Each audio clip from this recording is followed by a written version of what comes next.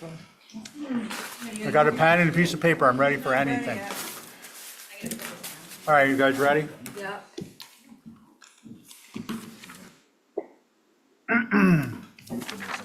Good afternoon, everyone. Welcome to this edition of the Nantucket Historic District Commission. It's Tuesday, January 7th, 4:01 p.m. This meeting is being audio-video recorded. Anything you say or display will be shown on the town's YouTube. Please act accordingly. No one in the audience to record. Don't need to make that announcement. Can I get a motion to approve the agenda, please? So moved. Regular members, all in favor say aye. Aye. Any opposed? We have all members present. Carrie's auditing, but won't be voting, so we'll be doing voice votes, no roll call. And a couple quick things before we get into commissioner discussion. One, I'd like to welcome back Kathy Flynn. Welcome back. She's joining our well-equipped team of professionals, so we're looking forward to the additional assistance at administrative guidance and leadership. Number two, I just want to, it's time for our, Do the beginning of January. We don't need to personally do these things in the beginning of the month every new year. Resolution. a resolution, that's it. So the resolution, we're going to go back to what we unanimously voted at our organizational focus committee, full attendance of members, minus a couple. And I'm going to ask everyone to please, we've got, not including the 46 consent and 22 consent with condition applications we, the commission, have already processed. We've got 24, I got about 45 applications tonight. And I'd like to get through 30 of them, and we can go home. So the resolution is to please speak in concise declarative statements, stick to what's appropriate, what's inappropriate, and refer people to Building with Nantucket in mind. And we're going to start the dawn of a whole new era again with the HDC. Val? If you didn't review an application prior to the meeting, consider sitting off. Yes, and in particular views, I will be asking people, I will try to remember to ask people, did you do a view? And if you didn't, let's give one of the alternates a chance if they did.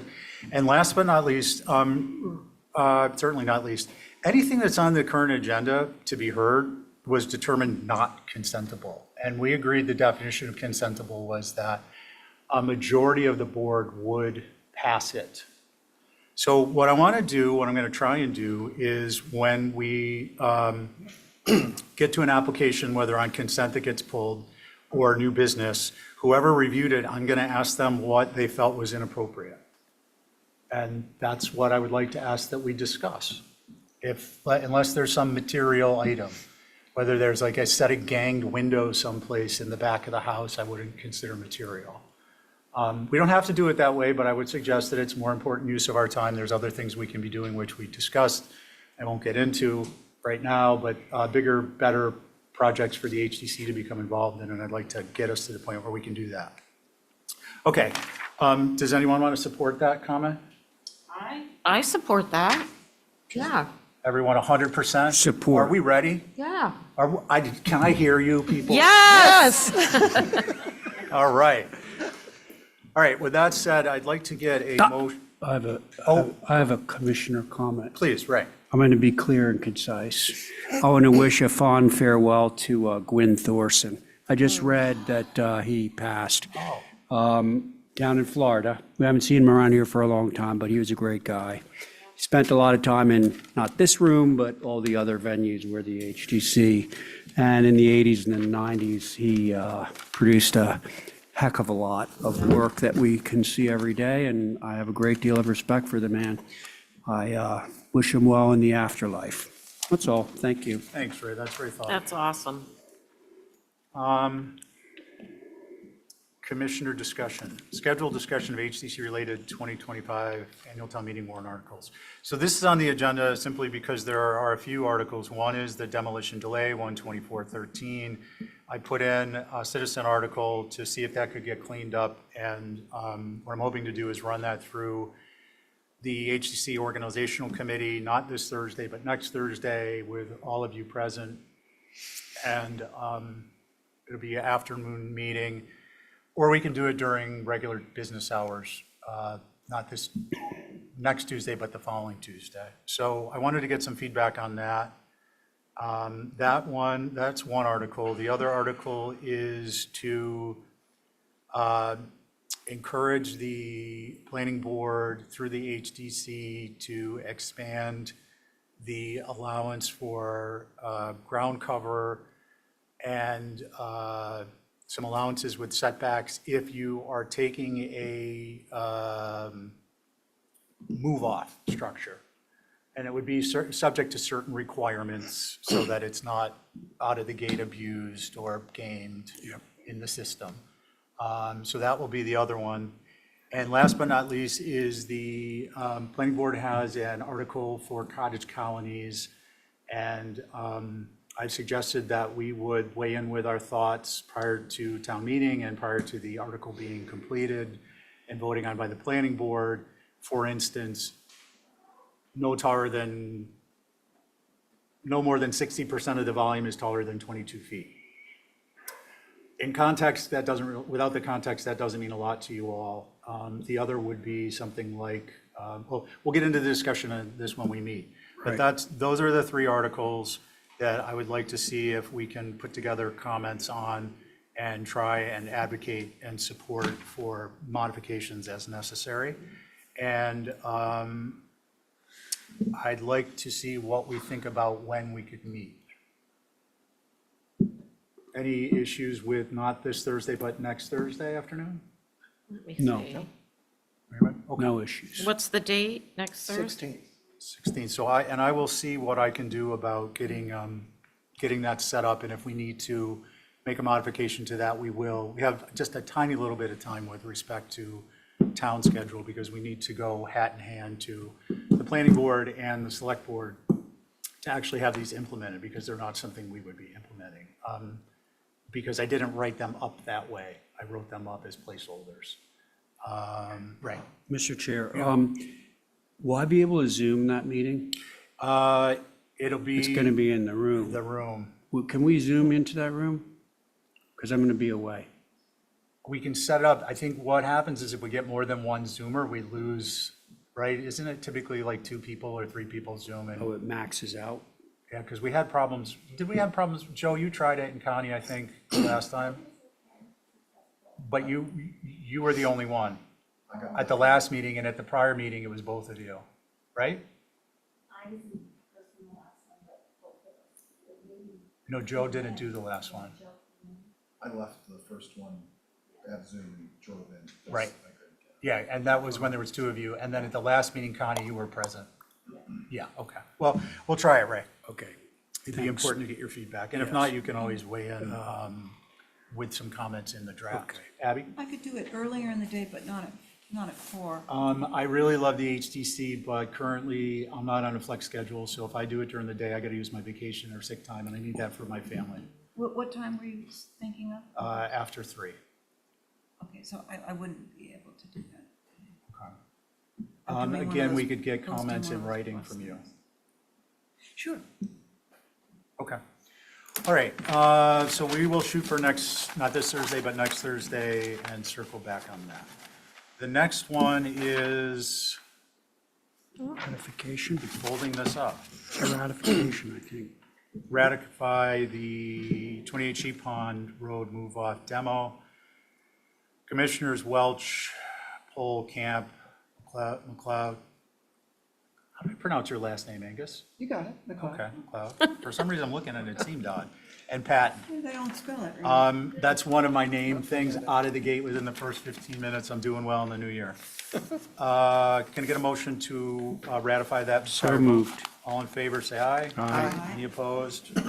All right. Now we will move on, having concluded included that important business to, who needs to recuse from consent? I do. Rain Vale. So, I think I need to as well. I have one consent on the list. Yeah. okay, which one is it, Angus? It is How do you say that? Svardloga. Svarglokla. Ardloga. Yeah, number 18. All right, so, and Joe, which one is yours? 32 and 33. Okay, so this is what I'd like to do. On this motion, the seated board will be Abby, Val, do you have to? Yes, I have 14, 43, and 44. Me and Connie. Abby, me, and Connie, can I get a motion to hold number 18 for later in the meeting? So moved. Abby, Joe, or Abby, me, and Connie, all in favor, say aye. Aye. Any opposed? Okay. Angus, I'm going to activate you for the consent minus 18. Mr. Chair, So, may I? no? Before you make that motion, I did want to mention, there's two applications on here that are as-built, and they weren't really discovered until after we already posted the updated agenda, Okay. which is number 13 and number 14. Both of them wanted to know if the commission is wanting staff to get as-built fees on those. Okay, sounds good. Thank you. Thank you. So what I'd like to do is activate Connie on this. It'll be Abby, myself, Connie, and Angus. And it would be a motion to approve consent items, which do not include number 18, 5 Elbow Lane, and to assign the numbers 13 and 14 would be subject to an as-built fee. I will make that motion, but I'd also like to pull number 12, 38 Lovers Lane. Subject to removal of number 12. Okay. So minutes makers, I think that's clear enough. All in favor, say aye. Aye. Any opposed? Okay. So now it will be the regular board except for Angus. Connie, stay on. This is for number 18. Can I get a motion to approve 5 Elbow Lane? Motion? All in favor, say aye. Aye. Any opposed? Okay. Number 12, 38 Lovers Lane. Okay, do we have Ben in the queue for any others? He's here. He's here, okay, I didn't want to do it yet. Why don't we see if we can get him live? He's right here, ready to go. Okay, Ben, you may or may not need to speak up, so hold on. This is 38 Lovers Lane. Let's see, Angus, your concern with respect to appropriateness or inappropriateness? The concern was with appropriateness. Okay. Of, The massing, fenestration, front door. Yeah. okay, so that's a full-blown discussion.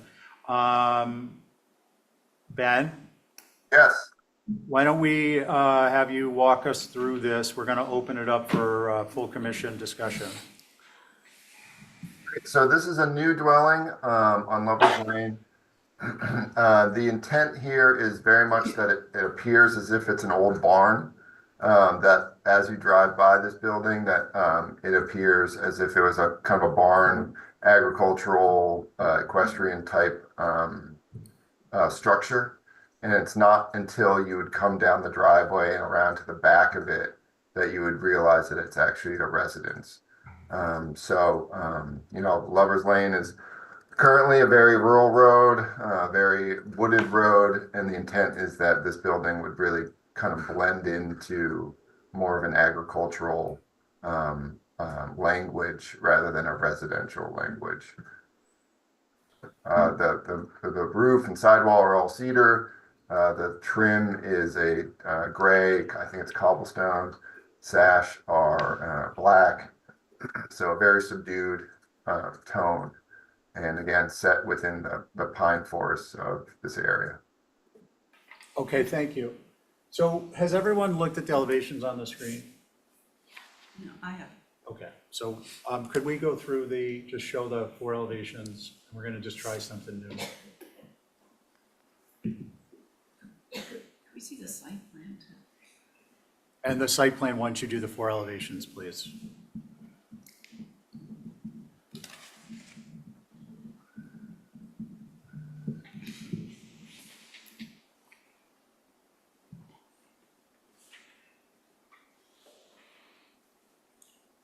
Want to ask You good? Ray why he had it on consent? No, I was just, I'm trying to figure out where those garage doors are, because it looks like the parking is, you go down the driveway, but Ben, where are the garage doors relative to the Lover's Lane. Lover's Lane? Yep, so the garage doors are on the north side of the building where you can see in the site plan the parking is.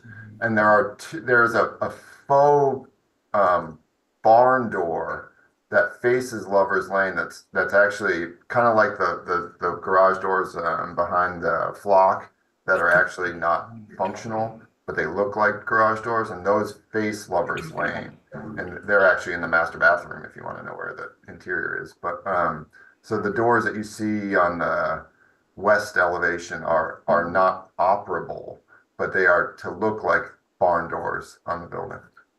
Okay, thank you. And then the question I have is, the vegetation there is pretty dense. It's got the tall pines and the understory.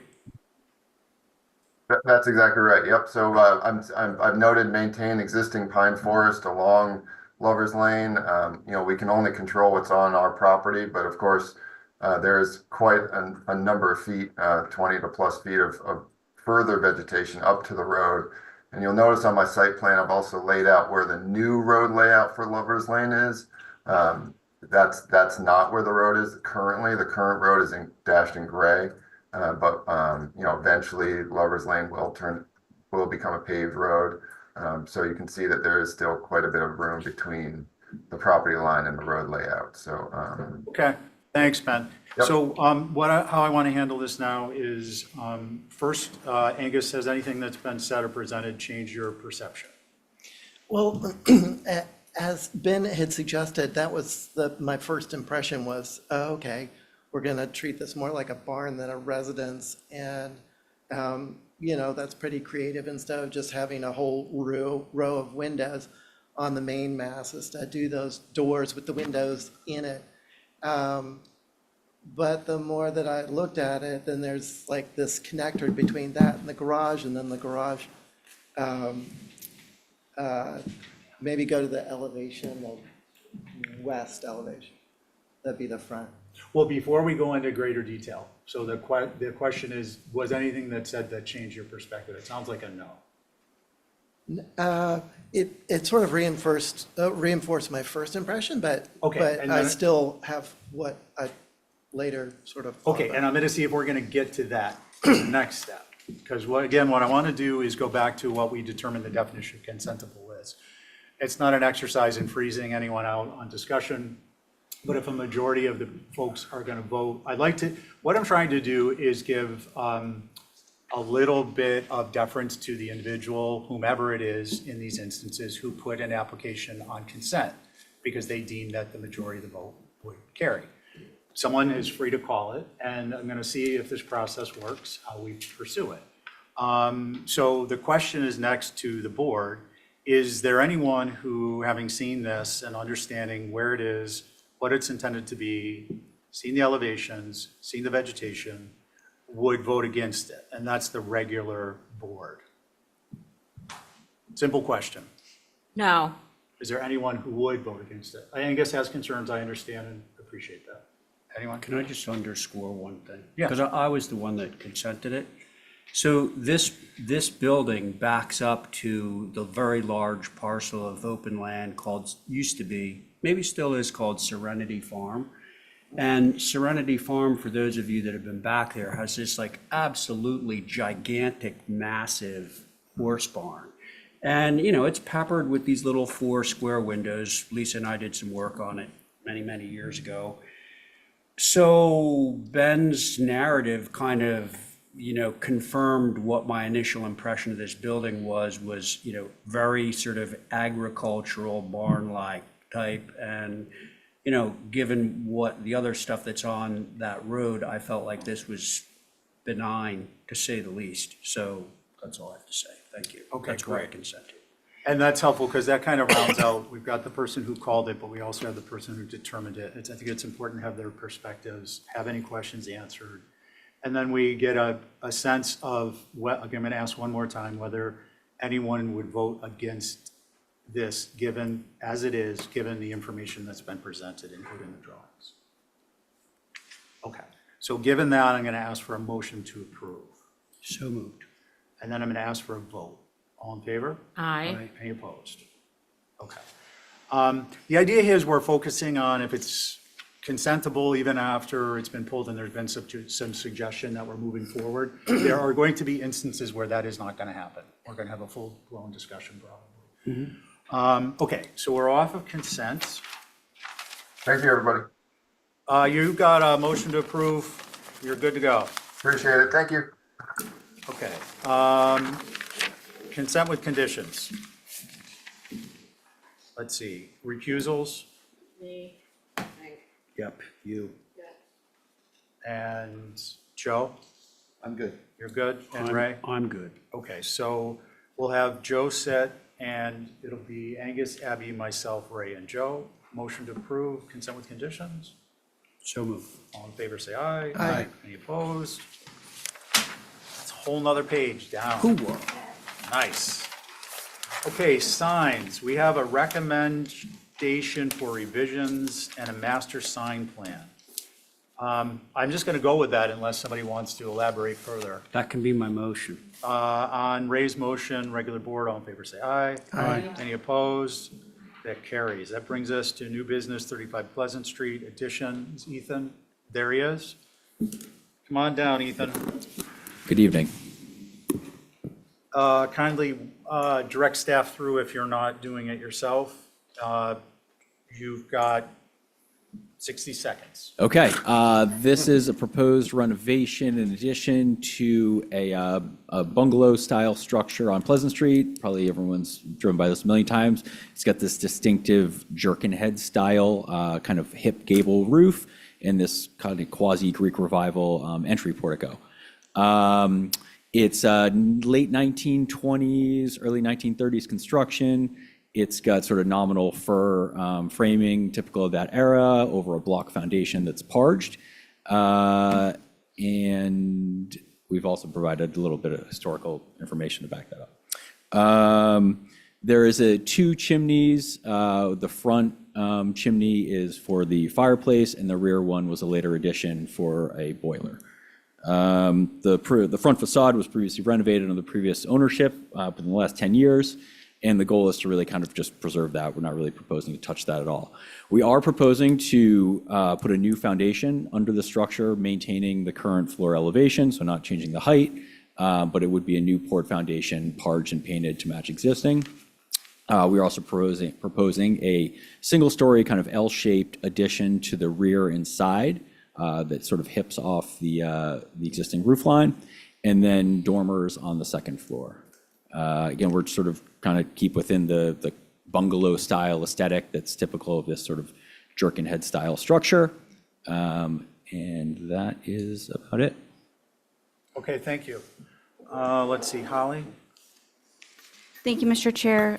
So yes, I would agree with Ethan and appreciate the historic information. The HDC survey on file is a contributing structure within the OHD. We will have a Form B at some point down the road, and this is associated with the Pease family. Appreciate the sensitive approach with this addition. I am concerned on the removal of the character-defining chimney on that southeast elevation, as it is part of this about 100-year-old structure. The basement windows, I was concerned on that, being facing the street, not appropriate to the architecture. I think that should be rethought, but I was concerned, so you said it's a replacement of, through you, Mr. Chair, Yep. of the foundation, but there is going to be non-livable space, or how is that? It's not accessible from the exterior, Great. There's also a new proposed, as part of the basement, the new basement, there will be new exterior egress, and we're also removing an L in the back that provides the access now. And then there would be new window wells. There are currently window wells all around the house, but there's just no finished space in the current basement. It's only about 8 feet. Okay, so basically, it won't be a finished basement? It will be a finished Oh, it will basement. be. Oh, when it's done, yes, correct. That, and my question is, I did not see a basement floor plan, and that was, Oh, and if it, that would be my main question on that. Again, my main issue is the fact that while the facade is being retained, and thank you, I appreciate that, I think this is one of the unique structures in the OHD, especially on Nantucket, for this type of architecture and that vintage. Having the basement windows facing the street, I think, distracts from the architecture. So if that could be mitigated at some point, that would be great. The rear door, I think, should stay as a 12 light with a kick panel. And those are my comments, Mr. Chair. Thank you. Thanks, Sally, appreciate it. Does anyone have any questions for Ethan? Okay, do we have any abutters? Okay, Mickey, does your group have anything to add to Holly's comments? Yes, thank you, just a little bit. So this is Mickey Rowland. I'm representing the Historic Structures Advisory Group. And that is myself, Jason Finger, Mary Bergman, Marcia Fader, Sandy Kendall, and Diane Coombs. And on this application, the dormers, the proposed second floor dormers, while the style I think is appropriate, they're kind of large. I think they tend to dominate the roof plane, both sides. I think they would work better if they were two windows wide and maybe pulled down a little bit from the ridge. We also sort of share Holly's concerns about the basement egress or access. I guess the areaway on the south of the building, I think it is pretty large. Generally downtown, we try to keep areaways as minimal as possible. They shouldn't really be created to create, outdoor space or bringing in too much light. They should just be for access only. So I think this one could be reduced considerably to just allow for the doorway, basically. And that is it. Thank you. Thanks, Mickey. Okay, so regular board, actually, for the minutes maker, it'll be regular board unless stated otherwise for the rest of the evening. Not to suggest we won't have alternates, but I'll just call them as we come up. And who would like to begin? Comments? Well, let's say this. Concerns with respect to appropriateness, concise declarative statements, please. Abby? So I too missed that defining quality of the chimney. I do see that I think the dormers are appropriate, but I think the additive mass is coming so close to the front. If that could be pulled back to that chimney a little bit to give that existing structure a little more breathing room, I think that could work better. Okay, thanks, Abby. Let's see, Val. I think it's appropriate, and taking away perhaps the windows on the street side would be the only thing I'd be concerned about. I think the dormers are far enough back that it's not going to really be much of an impact. So, and with the dormers there, you don't see much of the chimney, so I don't have a concern with that. I also assume that the railing to the basement will be probably screened with some vegetation, so I think it's appropriate. Okay, thanks. Ray? Thanks. I think I'm looking at the basement plan. The windows on the front of the building, I think that both Holly and Mickey had concerns with. I would agree, just keep those small. The rooms down below can enjoy the views out of the side windows. Then if it's possible to bring the ridges of those dormers down a little bit, and thus the heads of the windows, just to create some sense of hierarchy with the main ridge remaining the main ridge.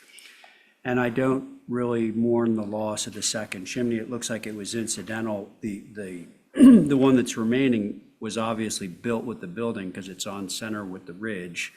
So that's all part of the original program. My guess is that the second chimney was added, as a kitchen fireplace that we see so often. So that's all I have to say.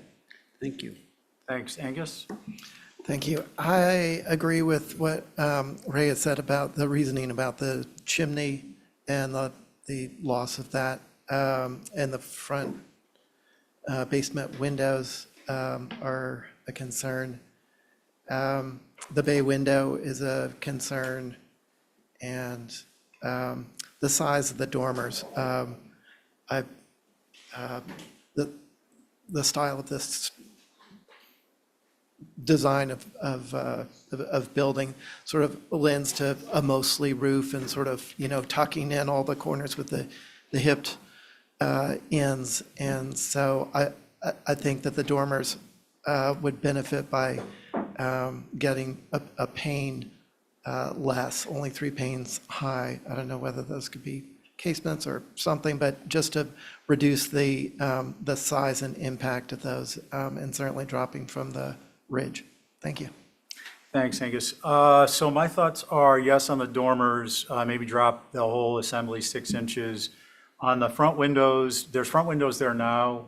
You wouldn't know it by looking at the images because the plant material that's there, I think it's a bunch of Nico blue hydrangeas.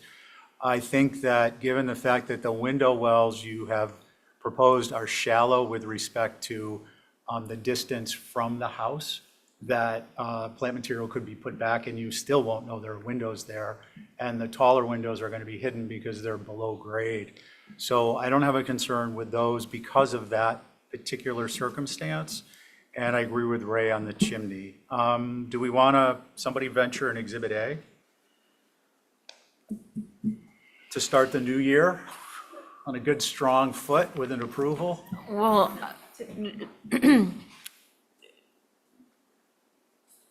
maybe. Okay. Would I make the motion You to can, do this, yeah. the Exhibit A? Yes. Because, So no more discussion, just, Nope, everybody had one bite at the apple. Let's get rolling. A lot of discussion, a lot of designing at the table. If we take 2 or 3 bites. what I'm struggling with is I didn't get a consensus on a bunch of I got a things. consensus of 3 on everything except for the last comment I made, which was about the window wells. So Okay. if you agree with me and you want to make a motion, great. If you disagree with me, you want to make a motion, that's perfectly fine too. I'm going to try. Okay. Motion to approve, oh,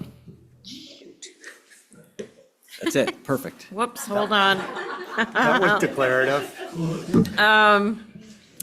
With an Exhibit A through staff to remove the front little windows in the basement. Can I clarify? Leave the ones that are already there, They exist. not enlarge them. Okay, Those windows exist. let me start over.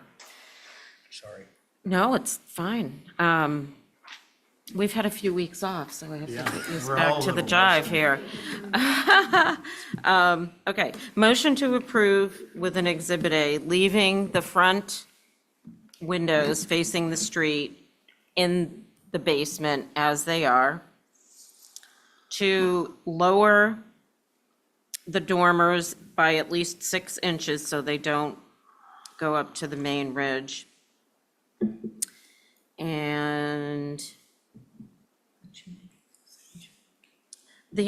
I personally don't think the chimney is gonna be important once the dormers are there, so, So that's your Exhibit A? yeah. So lowering the dormer 6 inches and leaving the front windows as they are. Yes. Okay, on Val's Exhibit A motion, all Yeah. in favor, say aye. Aye. Any opposed? Okay, that carries unanimously. Thank We're you. on You to didn't say opposed. new business of Oh, December 3rd. 26 New in Sconset, New Street in Sconset. Tobias, good afternoon, I should say. welcome, Happy New Year. Happy New Year, everyone. Just gonna say right now, Happy New bud. Year to Happy New everyone who Year, comes everyone. before us tonight. There, that's out of the way.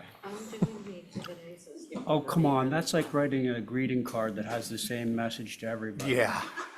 Our personalized messages. Personalized. Happy New Year. Chairman Welch, I'm special. All right, you got it. That was the first and last one for me. Let's see, we're gonna activate, Connie, you went once, Joe, you went once? Connie, you went twice. Joe, you're up. Okay.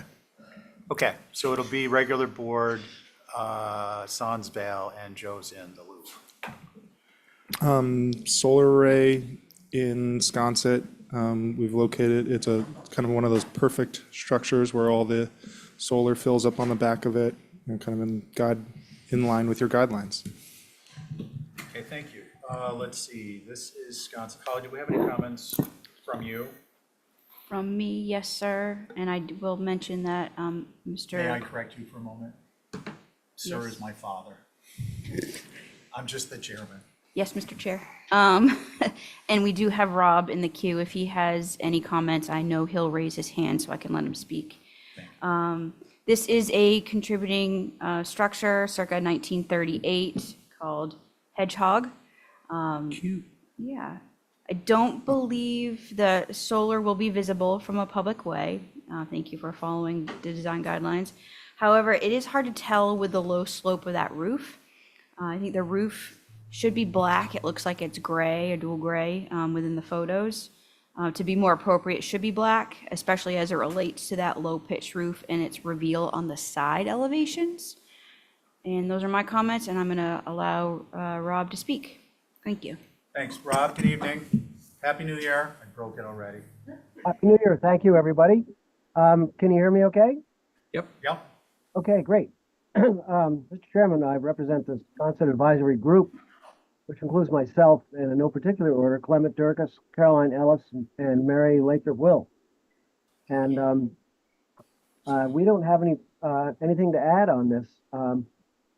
It seems to be hidden quite well, and I think it's workable. And I was confused by, if you scroll up just a little bit, the rear elevation, the south elevation, the drawing got kind of squished, and but I think it's fairly represented. Thanks, Anyway. Rob. Yeah, we're good. Okay, cool. Tobias, I had a question for you. On the south elevation, you foreshortened the panels left to right on the right upper tier, so they're not visible from the street. Is that correct?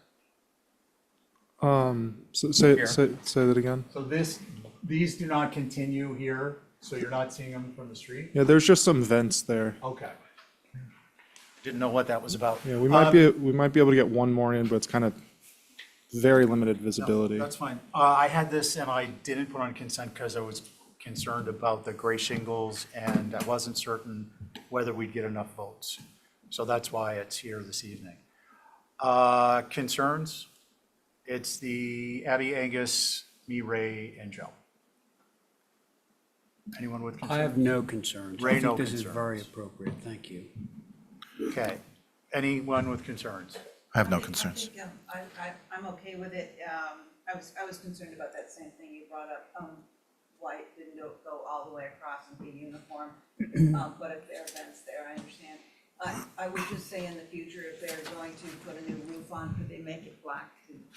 You know, it would just settle in better. Yeah, we always recommend that to our clients. Yeah, I know you know that. So with a motion, and what I'd like to suggest here is this would be a motion to approve as a test case with respect to low slope gray versus black roof. Okay. That can be my motion. Okay, on Ray's motion, all in favor say aye. Aye. Any opposed? Okay, that carries. Glad to be the first test of the year. Yes. And can I have the application all right on that? Thank you so much. All right, that moves us on to 14 Trip Drive. Then we'll move off, Cottage and Castle.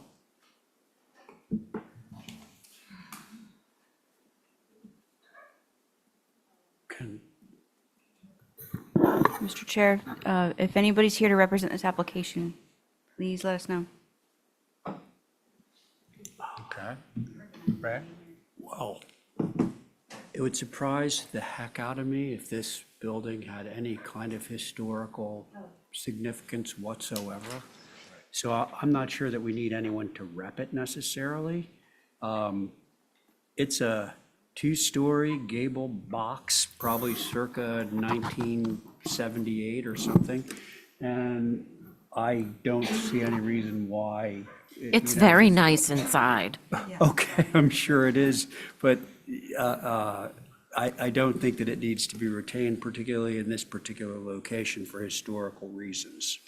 That's all I have to say. Good, and I can honestly tell you, I have no idea why I would have not put this on consent, given the packet of information. Demos are sensitive. I do know, Yeah. Mr. Chair. Yeah, but it's a move-off requirement, so, Yeah. I do know we did have comments or inquiries from a direct abutters, but nothing substantive of, they were just curious on the applications, nothing substantive to provide. okay, to the maybe that commission. was it, I saw something, I don't recall, but there was some reason. Okay. Ray, did you want Sir, to, I would move, sorry, regular board? I didn't say sir. No, the I said Mr. Chair. Field Commander. I would move to approve a move-off demo of this structure. All in favor of Ray's motion, say aye. Aye. Any opposed? Aye. Val Oliver, did you, She's just It's being. my friend's campaign. house. well, then you should, can you be fair and impartial? She doesn't own it anymore. Oh, But I've spent a lot of time in it, and I think demoing this house is a But it's a mistake. move-off demo. I don't care, I'm against it. Okay. That's not at all impartial. yeah, I'm thinking, Yeah, really. Whoa. I'm think- Sway the vote. I'm thinking Val abstained from that one, right? I think maybe. Right? Officially abstained? I'll abstain. Thank you. Okay. So let the record reflect, 4 in favor, Val Oliver abstained. We're moving on to 165 Cliff, revision. Val Oliver, would you like to bring some of that vinegar up to the mic?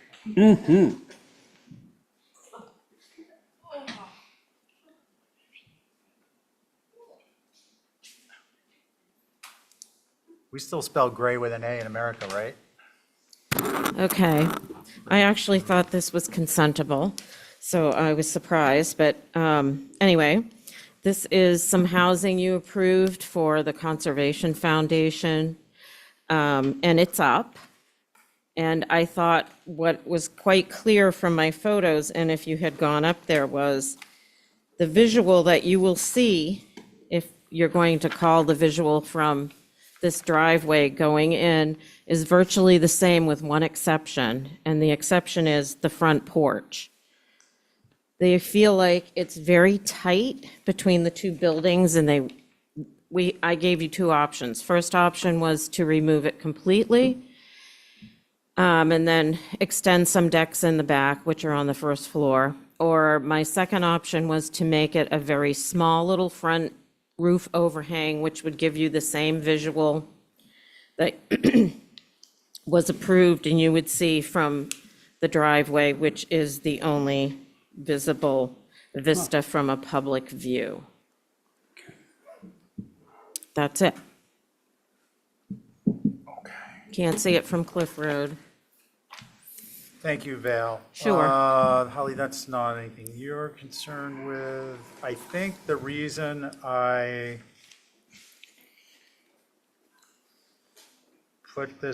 didn't put on consent is that I thought there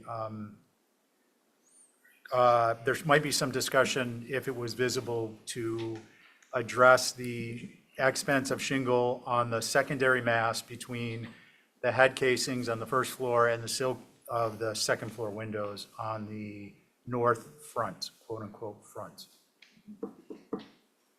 Here. Val, is that visible at all? I would say, please look at the photos, because I think that the drawings are not representative exactly of, wait, you went by it, whoop, whoop, up, right there. If you can zoom in on where the green in the upper half is.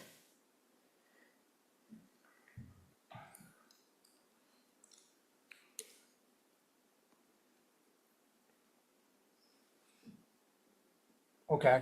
The question remains, is this that secondary mass on the right visible from the street? No. Okay, so that was my concern, and it's Okay. been addressed. Thank you. Does anyone have any concerns or comments? I'd go for the, option of the smaller, shed, what's it called? Option Shed two. roof?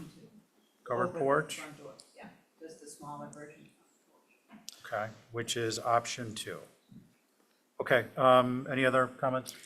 My comment is, although I agree with Abby that, aesthetically, I would certainly prefer option 2, I'm not sure that it's necessary, given the visibility or lack thereof of this building and that particular facade. Okay. Yeah, now it's all coming back to me. Okay, I need a motion, folks. I, w- It's Connie. Stay with us. I would, Alternating. Abby, Angus, me, Ray, and Connie. if no one else has further comment, I would make a motion to approve option B. I mean, 2. You're really putting a ripple in it. Leave not to be. Okay, all in favor of Angus' motion to approve option B, 2B? Option 2. Aye. Any Aye. opposed? Carries unanimously. Nay.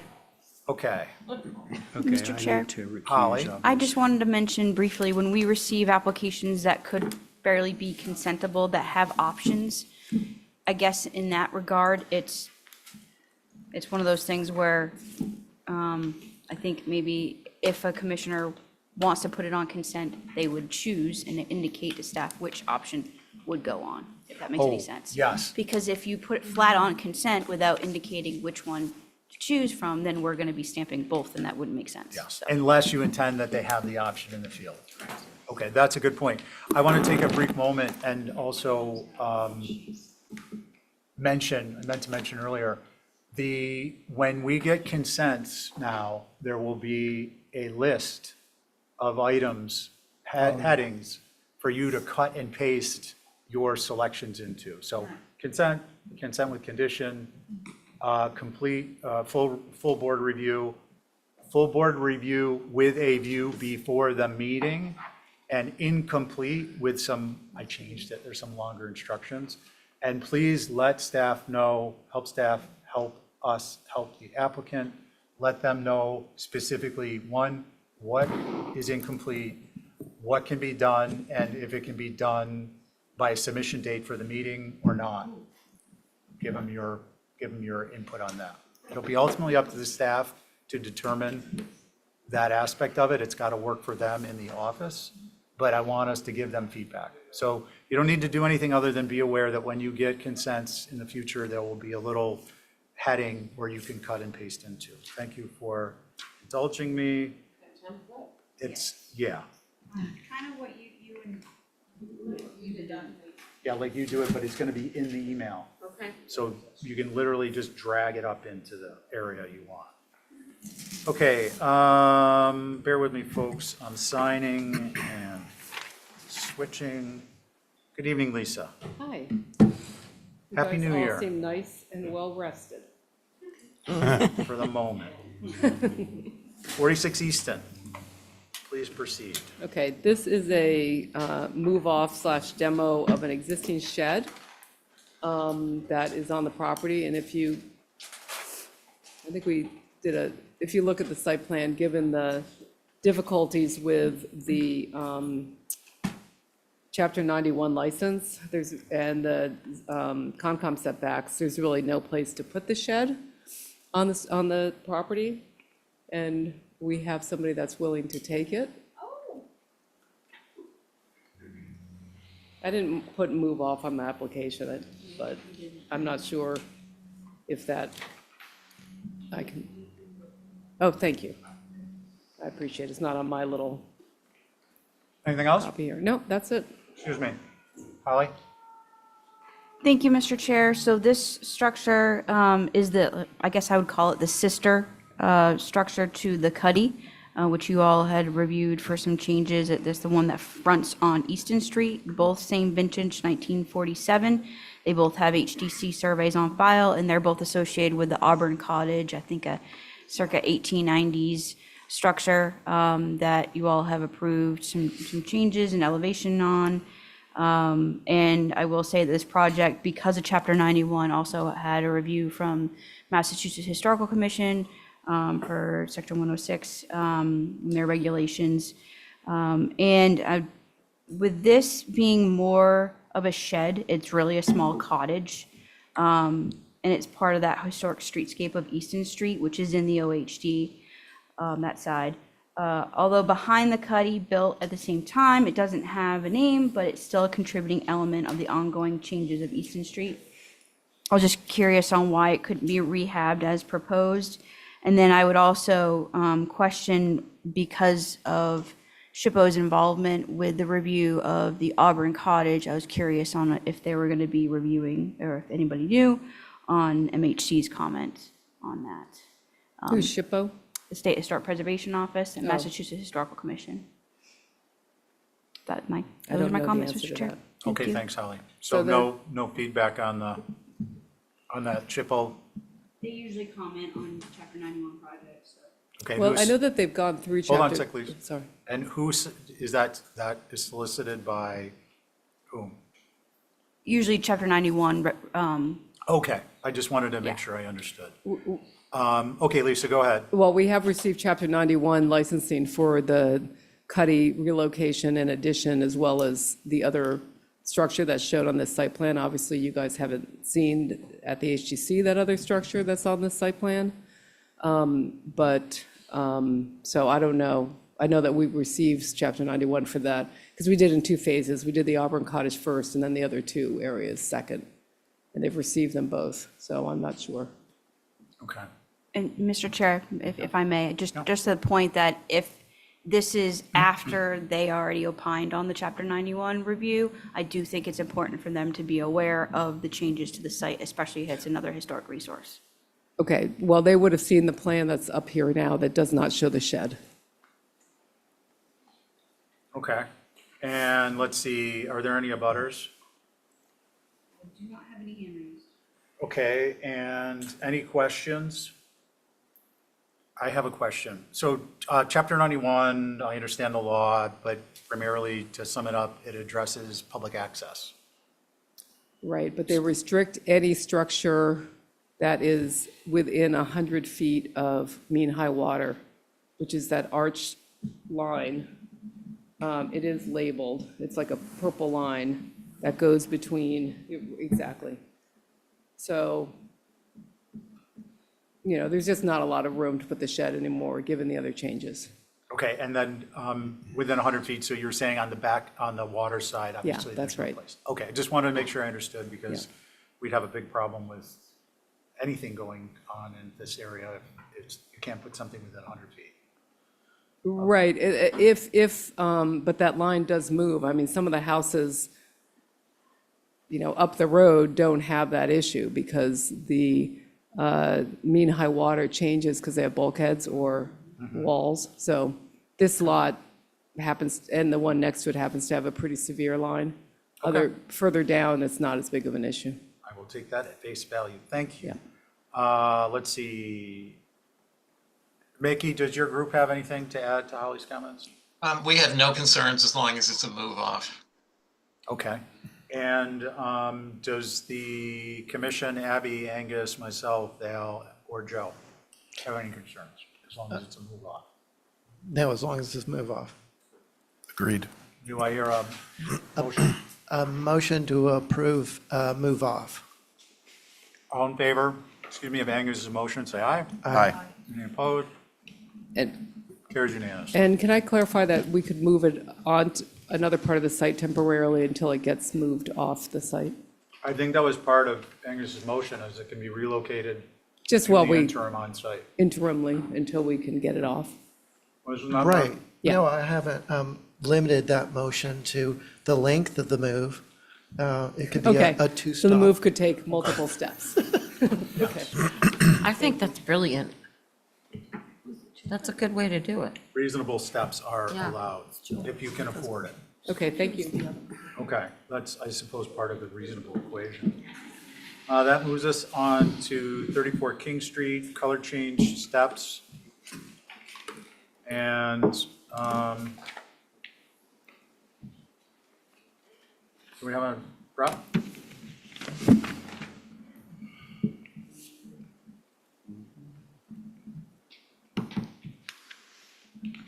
No? Who is, oh, Self.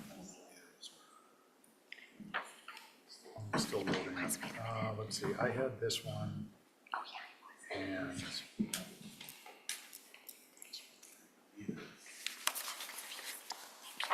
oh, I wanted to get Holly's, I put it on because I wanted to get Holly's feedback on this. And Should we try it? yeah, I think we can. Okay, why don't we open it up, worst case scenario, we pick it up at a later date. Yeah. Holly, why don't you begin? Thank you, Mr. Chair. So for the record, this is at the end of our contributing status. This is a circa 1975 infill with color changes and added a front entryway, I guess, and the shutters are being actually operable shutters instead of the ones that are there, and change the color of the existing chimney. So the gable door canopy hood that's being proposed, for lack of better architectural terms, is I think appropriate in this location and on this infill dwelling. However, I think it should be a shingled gabled element and not with that open feature, more of a stick style. The proposed door, I think, is very craftsman for a simple gable-ended dwelling, and maybe that's the direction that the applicant is going, I'm not too sure. But I think a simpler two-light door, maybe four-panel, if they're looking for light to get in there, would be more appropriate. I had no concerns with the operable shutters, color, or chimney color. Okay, thanks, Holly. Let's see, that's got it. Did Rob have anything? Mr. Chairman, it's Rob Enschel again with Wisconsin Advisory Group. We just, the shutters that are in this view right here kind of differ from the shutters that are on the photograph. And I just wanted to be sure that we get the same thing, to make sure that they're the louvered ones. And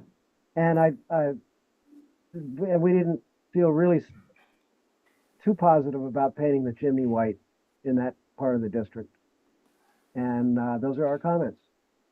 Rob, I'm sorry, I missed the last comment you made. Didn't feel positive about the white chimney.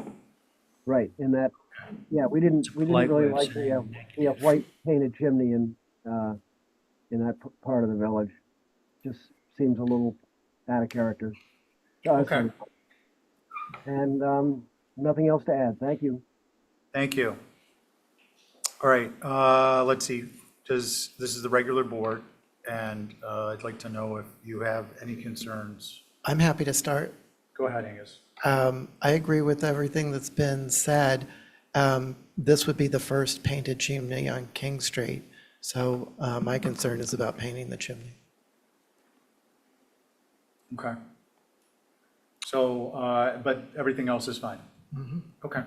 Does anyone have anything to add to that? I was also curious about what Rob said about the color. Is that You had no concerns with that, right? the photograph that's submitted, is that the color of the shutters? Yeah, his concern was that the shutters match what's in the image. Right, and these are like, I'm not paneled shutters, and I think that's a different house. I think that's just an Yeah, I think it was example of. just just an example of the color, right? So they're proposing the Louvered shutters in the color of the paneled with in the image on the labeled shutters for 34 King Street, New What are- England Shutter Company. What style are the shutters right currently? Oh, I look think at they're that. flat.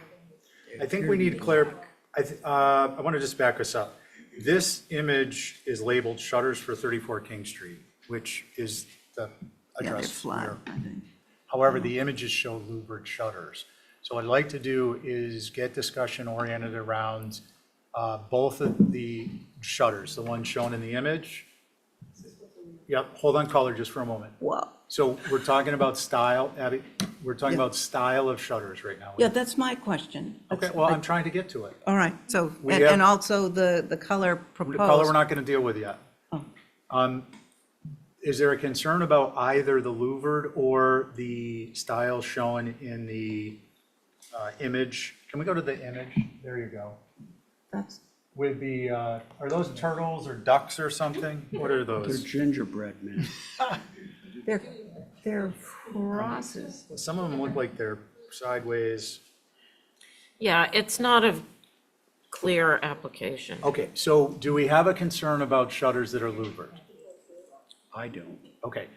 We have a concern about these shutters in the images I'm gathering as a consensus item because we're not really sure what they look like in terms of the cutout, correct? Correct. Okay.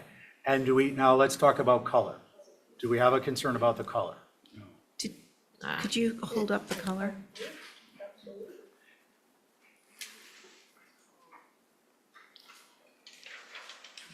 I have a concern about the brightness of this color, Okay. Yeah, I or the intensity. don't The- think so. What shows up on the Angus? sample is more muted and seems more appropriate.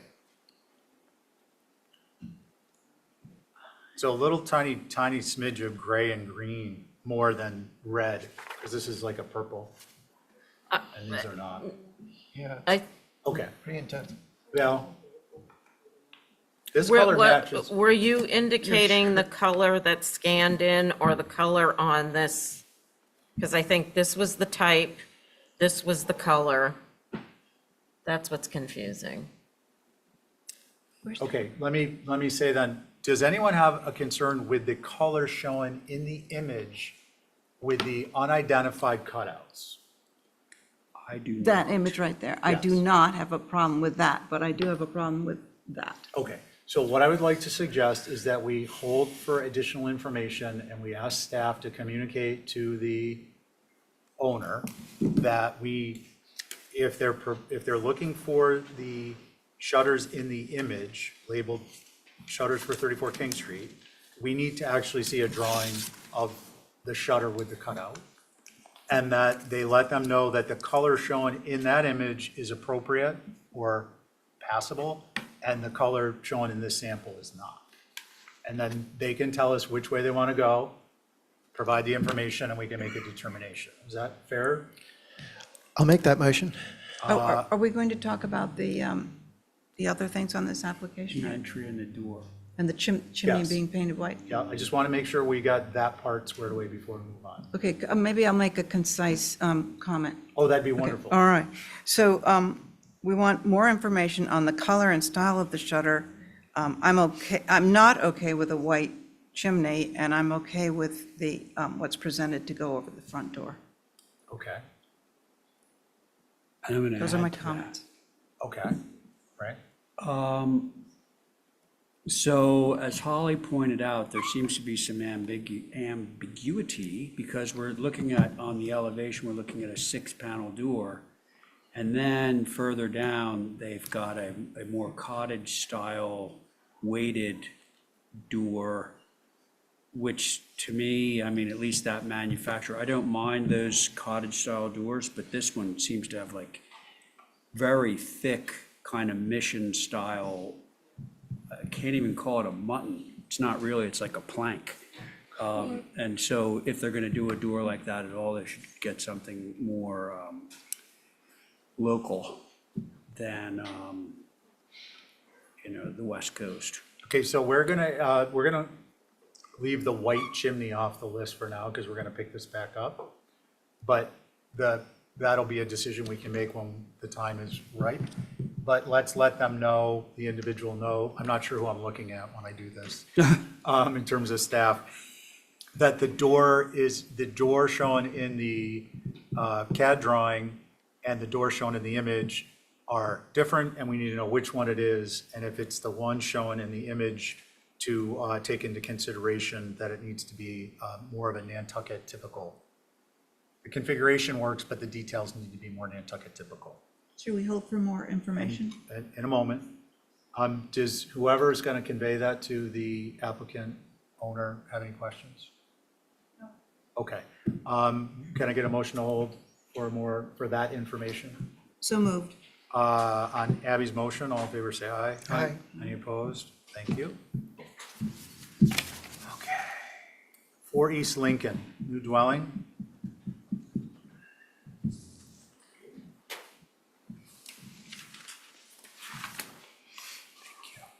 Steve, you've got 90 seconds. All right, good evening. First of all,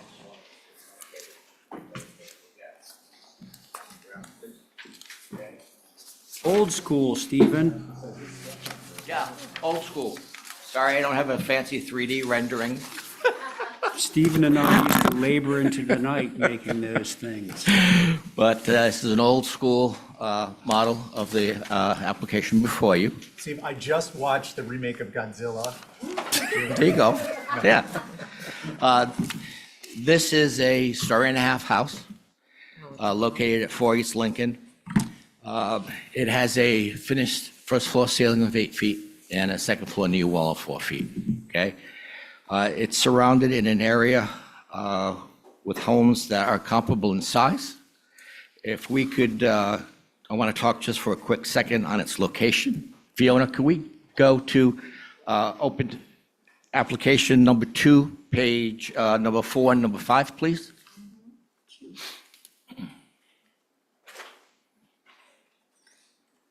Okay. So the house is situated exactly where it was originally prior to another firm moving it to the back of the lot and redesigning it into a garage studio. You can see before you the original location shown on the old GIS map. And if we scroll down one more page, there is the photo of the house where it was originally at the front of the lot. Our house goes exactly where that house was originally in its location. If we could then go to open page, application 4, page 8, please. Part 4, you mean? Part 4, yes. Page 8. Okay, hold on. Yeah. You can see 6, 10, 12, and 14 East Lincoln. Our house is similar in size, except a little smaller in scale due to the depth of our lot is not as deep as these houses are. You can see that these houses are set back and travel for the full distance of the lot from to the rear lot line itself. If we could open up the streetscape, please. What part is that in? It's labeled streetscape. Oh. That was Val Oliver, by the way. Okay, so I'm going to run down the streetscape for you here. On the left is 16 Wall Street, or a portion of 16 Wall Street, which you've seen before, to be moved off or moved demo off approved. The lot next to it is the open lot that was being created by the owners of 16 Wall Street. Both of these lots will have new homes on them, and both will be conformed to the new floodplain regulations, as ours is at 4 East Lincoln. You can see ours at 4 East Lincoln meets the floodplain requirements, and if we look in relationship to the scale of 6, 10, 12, and 14, 6 being the smallest, which is the Victorian next door. The dashed lines on the Victorian house itself represent the minimum amount of height raised in the floodplain regulations to conform to that requirement. That in itself said would have to have a floor structure that would be waterproofed. In all likelihood, that house, if it was to be raised, would be a foot taller than the dash line shown before you. Although, as we all know, you don't have to raise it at all if you want to just pick your feet up on occasion. The houses on the next three, although were approved, they weren't, there was no application, if I could tell. They all have these stone walls and raised elevations that the houses would sit on. Some of them as much as 30 inches high, other ones 16, 18 inches tall, which raised the house. So the true representation of the street you see before you is how it pretty much lays out, all being close in nature, in size, scale, and in height. If we move down across the street, if we just slide the streetscape down a little bit, you can see across the street where the smaller scale residences are, 3, 5, and of course 7 was approved several years ago and is constructed, and totally pretty much looks down over the top of those existing homes that are there. It's much larger in scale, being almost 4,000 square feet of square footage in that house. The houses on the HDC approvals on paper show you that 3 of them have been approved for a raise. And those paper HDC approvals do not reflect what's actually is there, because nobody raised those homes. They're existing in the photographs below you. And just to conclude one more thing, and I'll wrap this up, Mr. Chairman.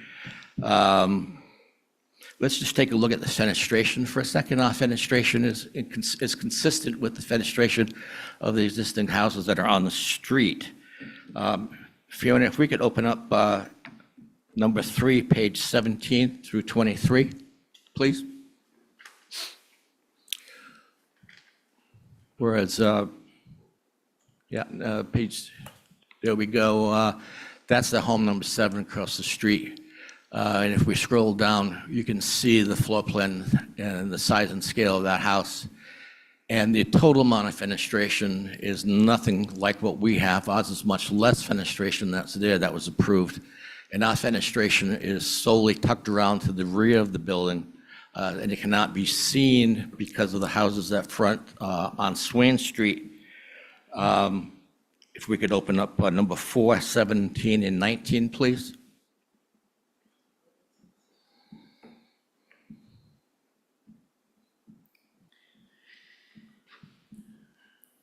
Steve, I'm going to have you wrap up pretty soon. Yeah, okay, well, just want to let you know that those houses on Swain Street, 30-something feet tall, and block the view of that glazing on the rear of the lot. And it's sandwiched between the existing garage that was approved and is constructed currently. So in conclusion, I think our design is appropriate due to the size, height, fenestration, in relationship to the others on the street. Okay, thank you. Thank you. Okay, let me see here. Does anyone have any questions for Steve? Do you want to know why I? Well, no, I want to see if anyone has any questions. I was looking for the application and the site It's plan. Part 2, page 12. No, I know, but it was just. Can we Yeah. start a little decorum? It's part 1. Did you find it? Yes, thank you, but. Okay, so now what's your question? No, it's actually part 2, but I was looking for the height and how it sat on the site plan, but I just found it. Okay, so I'm in, just for clarification, I'm in part 1, and the elevations are there after the flood certification. So you can look at either. Okay, no questions for Steve? Abby, Val, you had a. Well, the Why you reason it wasn't on consent was twofold. 1, the location of where it was, and 2, because I, like Abby, couldn't find the application, but I saw Steve in the office and we sussed it out. It's part 2, page 12. So I thought it was incomplete. I do have some comments, but I'll wait if now is not the appropriate time to make them. Yes, now is not the appropriate time to make them. However, you will most certainly have that opportunity. Holly? Thank you, Mr. Chair. So this is an infill within the Brant Point neighborhood. The structure will have to comply with resilient Nantucket design guidelines for the flooding and elevation. I do have concerns with the proposed size and the glazing, which I did mention to Stephen. However, I appreciate that this new dwelling, which is required to be elevated, is not a full 2 stories, at a story and a half. The streetscape, excuse me, that you see before you is very helpful, and I'm very thankful that he put this together. It shows the relationship with the existing, and I would be remiss if I didn't point out the obvious, that our contributing structures do not have to comply with resilient Nantucket design guidelines, so they could be exempt from that section of the building code. So not necessarily will you be seeing those structures to be elevated, but it's good to see what they would be if they were going to, because you all can approve at a minimal height on that. Appreciate that we have the elevation certificate. It is missing the ferment map, so I've mentioned that to Stephen, that we need that for the file if the commission is so inclined to approve. Because this is in the, I think, 8 zoning, flood zone. I would recommend, if at all possible, to reduce the side lights. I know that there are ones in the infill across the street at 7 East Lincoln, but to kind of limit the amount, if you will, if there's any way to do that with the lights themselves. And then reduce the scale of that front balcony over the front door. If you'll see, I think there's maybe one structure that is a gable forward, I think, in that streetscape that has one. So I know it's not out of character, but this is a little bit larger. And also to mention that it is closer to the road, being in that same footprint, if you will, that the original structure was before it was moved back, which was not original, it was an infill itself. So with all that said, those are my comments. Thank you. Thanks, Holly. Do we have any abutters? Okay. Mickey, does your group have anything to add? Yes. So the front balcony complicates the front facade. It's kind of unnecessary without much of a view. So that should be removed. The roof pitch is really steep for a house of this size. I know there's others in the area with that pitch, but they're much smaller in scale. This, especially the main cross, the main gable going across the street, really adds to the to the height of the building because of the steepness of the roof. This front central dormer feels out of scale. Perhaps if the balcony is removed, the windows could be spread out a little more to fill the space better. And because the house is so close to the street, there is not any room for front steps.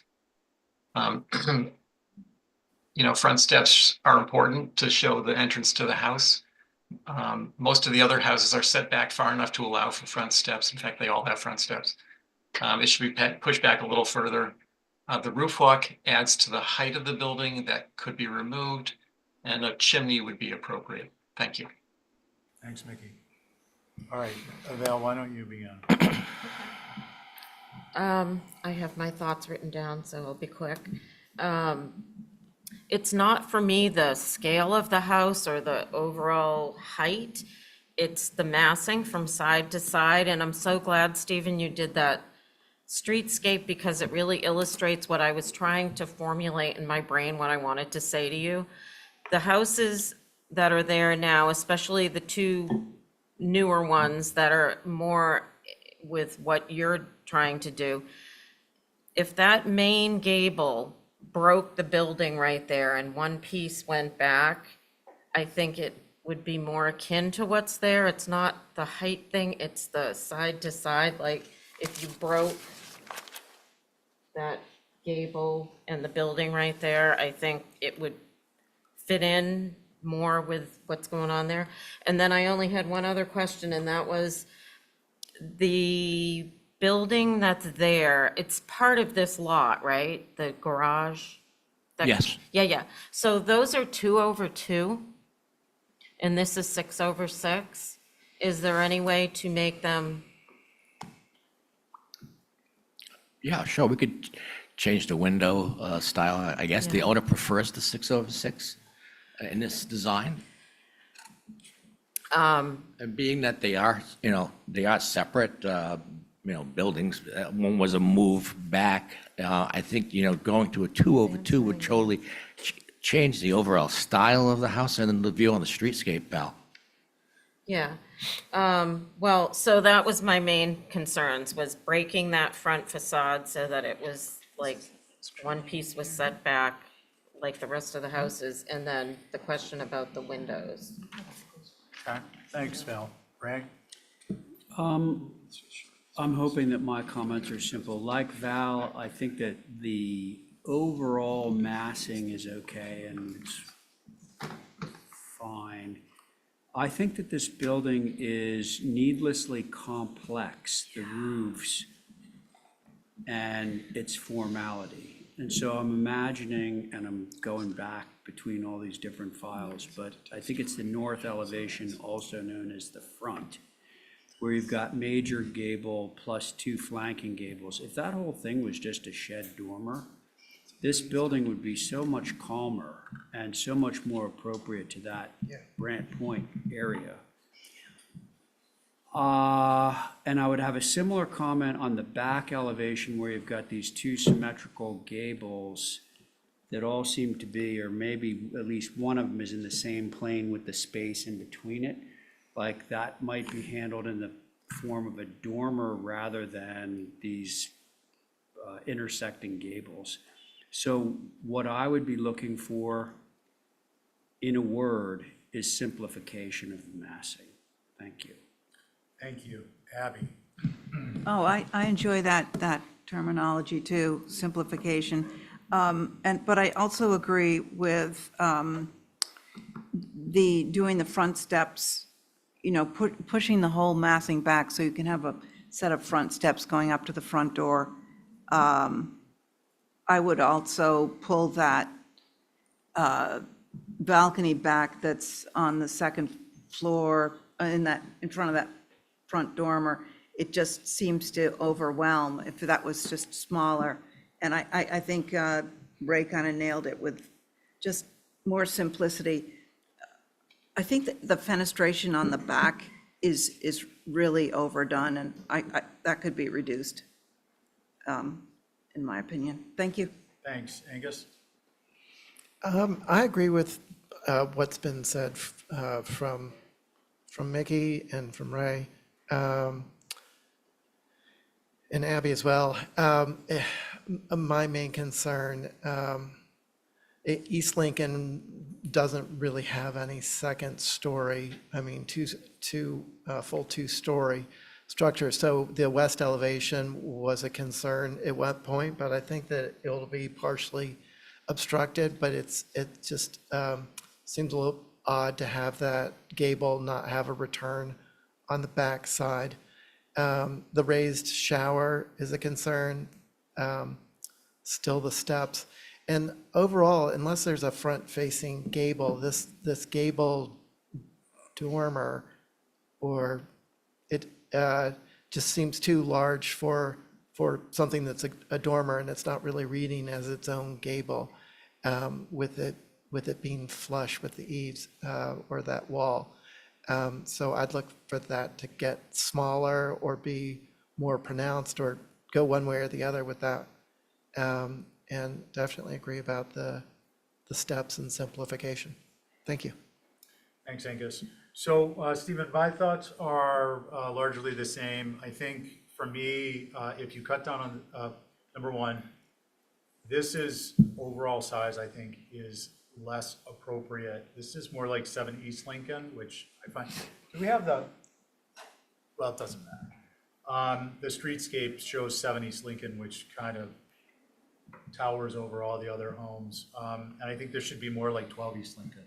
And along those lines, I think, as opposed to a full dormer across, turning those into 3 dormers, relatively the width that they are now, is fine on the north. I think revisit the roof walk at a later date, and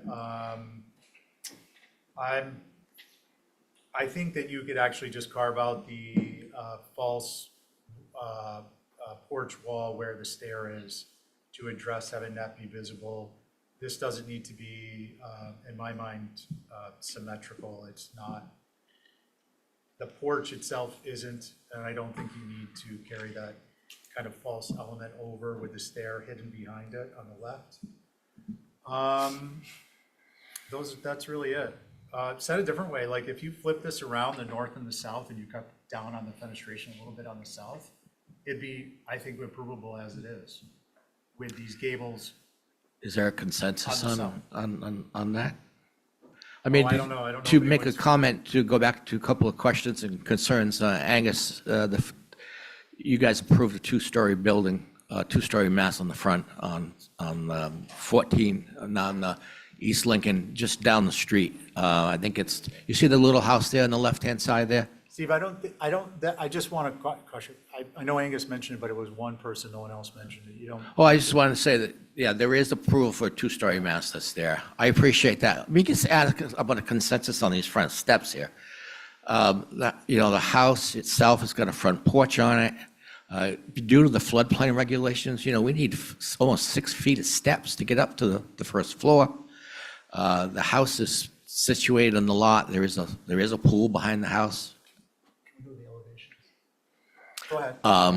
And, there is a stair that's coming off the driveway, which is easily discernible, and it's on the corner of the house that's visible from East Lincoln itself. How strongly do you guys feel? Making the renovations and changes to the front, to the north elevation that you guys recommended, Ray, going to calming the house down, all that's good. But pushing those front steps out and pushing the house back another 6 feet is going to be a real burden on the owner. I didn't hear a lot of support for that, so. Okay. I think, Okay. You kind of need to meter it, and, I didn't hear support for my comment either. Okay. So I'm not terribly hung up on it. supported your comment. Thank you. My feelings were hurt. All right. But it sounds like, you understand simplification. Yep. And I think that should include the front door versus the side lights. That's just a comment I want to throw in there. Yep. Because that's something we'll get to at the next iteration. And with that, I would say, how about a motion for revisions? That sounds good. That's my motion. All in favor of a raised motion, say aye. Aye. Any opposed? Thank Okay. you. Thanks, Steve. All that information you provided was very helpful, by the way. Yes. Very helpful. Okay, we're going to move on now. Hey, you gotta have a cup of coffee afterwards. 12 Pilgrim Road. Hey, Elizabeth. Hello. How goes it?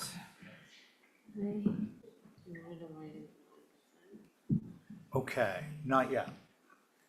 I will, but I want to keep that order going. Can you do this in 60 seconds? Yeah, you've already approved the driveway, the entrance, I think that had been moved. And there was a retaining wall that was drawn on a previous application, but it was right along the property line, very straight. So we made it a little bit curvy and added some irregular stones. Okay.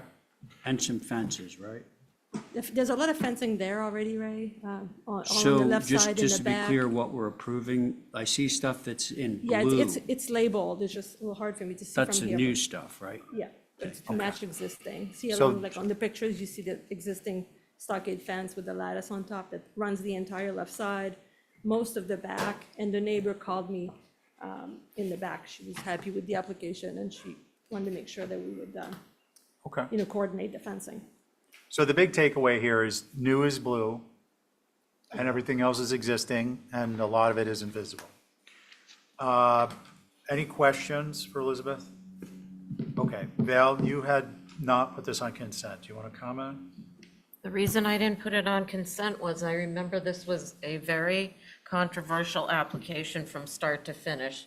I didn't sit on any of it, so I didn't feel as though I could make a decision to put it on consent, that's all. Okay. And anyone else? Questions or comments? Okay. Let's just begin with concerns, if any. Ray? Regular board. I don't. Okay. My, Abby? Mr. Chair, my only concern, looking at the landscape, is that the the big rectangle of driveway in front of the house is, I think it's kind of insensitive to the design of the house. I wish it were to one side, and that's my only concern. Okay, thanks. Val, do you have concerns looking at it fresh? As Yeah, with respect to the blue? I probably shouldn't have sat on it, but Well, I think you're fully competent to weigh in on the blue if you want to. because my person is next door. Well, if you can't be fair and impartial, let me know and I'll have somebody step in. Have somebody step in. Okay, fair enough. We will go with Connie at this point. Or if you have any concern about being fair and impartial, let me say it that way. Connie, why don't you go? I know I just called you in on it. Let me get Angus in and then I'll come back to you. I could correct my, Oh, my no, we're statement. gonna hold on. Everybody gets one bite at the apple first. Angus? I don't have any concerns. Okay. Abby, you want to correct your statement? Yeah, you had said that the driveway was already, so it's already done, so. Only blues. It's only blue, yeah. Okay, sorry about that. So the driveway makes you blue, but it's not blue, so you're not gonna comment on it. Spot on. Connie? I have no concern. We can't make you blue tonight. Okay. I have no concerns with this as presented. Do we have a motion? Motion to approve is submitted. All in favor, say aye. Aye. Any opposed? Okay, that carries. Okay, thank you. See you in a bit. All right. That moves us on to 4 Atlantic. Oh, that's me. Got Dale Oliver up on deck.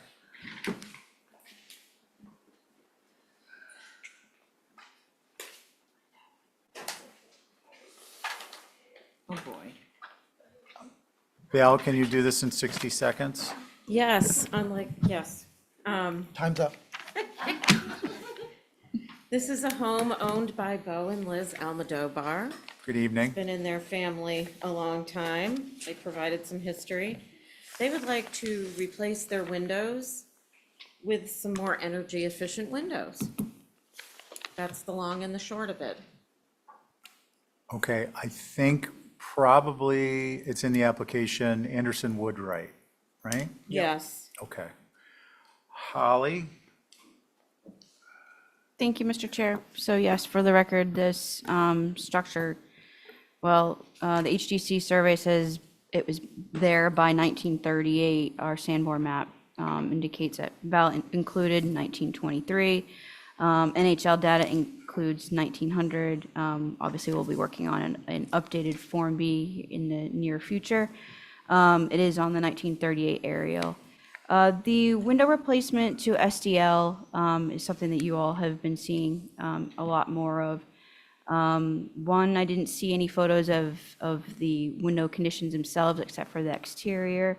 But given the age and location within the OHD, the windows should not be Anderson, but a manufacturer who knows Nantucket's window profile, as consistent with what the commission has been approving in the past for changes from CDL to SDL. So those are my comments, Mr. Chair. Thank you. Thanks, Holly. Any butters? Mickey, does your group have anything to add? We're fine with the SDLs, but just not Andersons. Okay. And why don't we begin with Ray? If you would remind me, what is the company we are not endorsing? Well, there's actually quite a few now. Boston Sash. Boston Sash. LePage. Green Mountain. Yeah. These windows don't have the flange on them. The notorious Anderson flange. The list could go on from there, but I mean, that's a good place to start. Okay. I thought the Woodbright were more appropriate. They still have that picture frame flange. Yeah. That really jumps out at you, and it's just not a historical looking window. Okay. Just to clarify. What we have done in the past as a board is the windows that are actually very visible, i.e. the west facing the road, could be one of those manufacturers, and the others, which you can see from the photos I've taken, this house is kind of nestled in a little spot here, could be considered. I personally would be fine with that. Okay. And we've done that like on Union Street. Right. Let's Do you see, want me to Joe, you're gonna explain be on to this one. you Why don't Okay. you go? Okay. Hey, guys, hold up. I don't know who that is. That's Mr. Wise, but let's hold up, please. Let's hold up, please. We've got some, like, decorum to follow. Joe, you're up. Yeah, just taking a look at the rear L, there's a picture window and there seems to be some different fenestration back there. So I'd be fine if the west elevation was a wood SDL window. And we've had the profile brought in or a sample brought in the past, or we've gone to view them. What was the building, the town buildings? Was that was a Green Mountain, wasn't it? Yes. Yeah.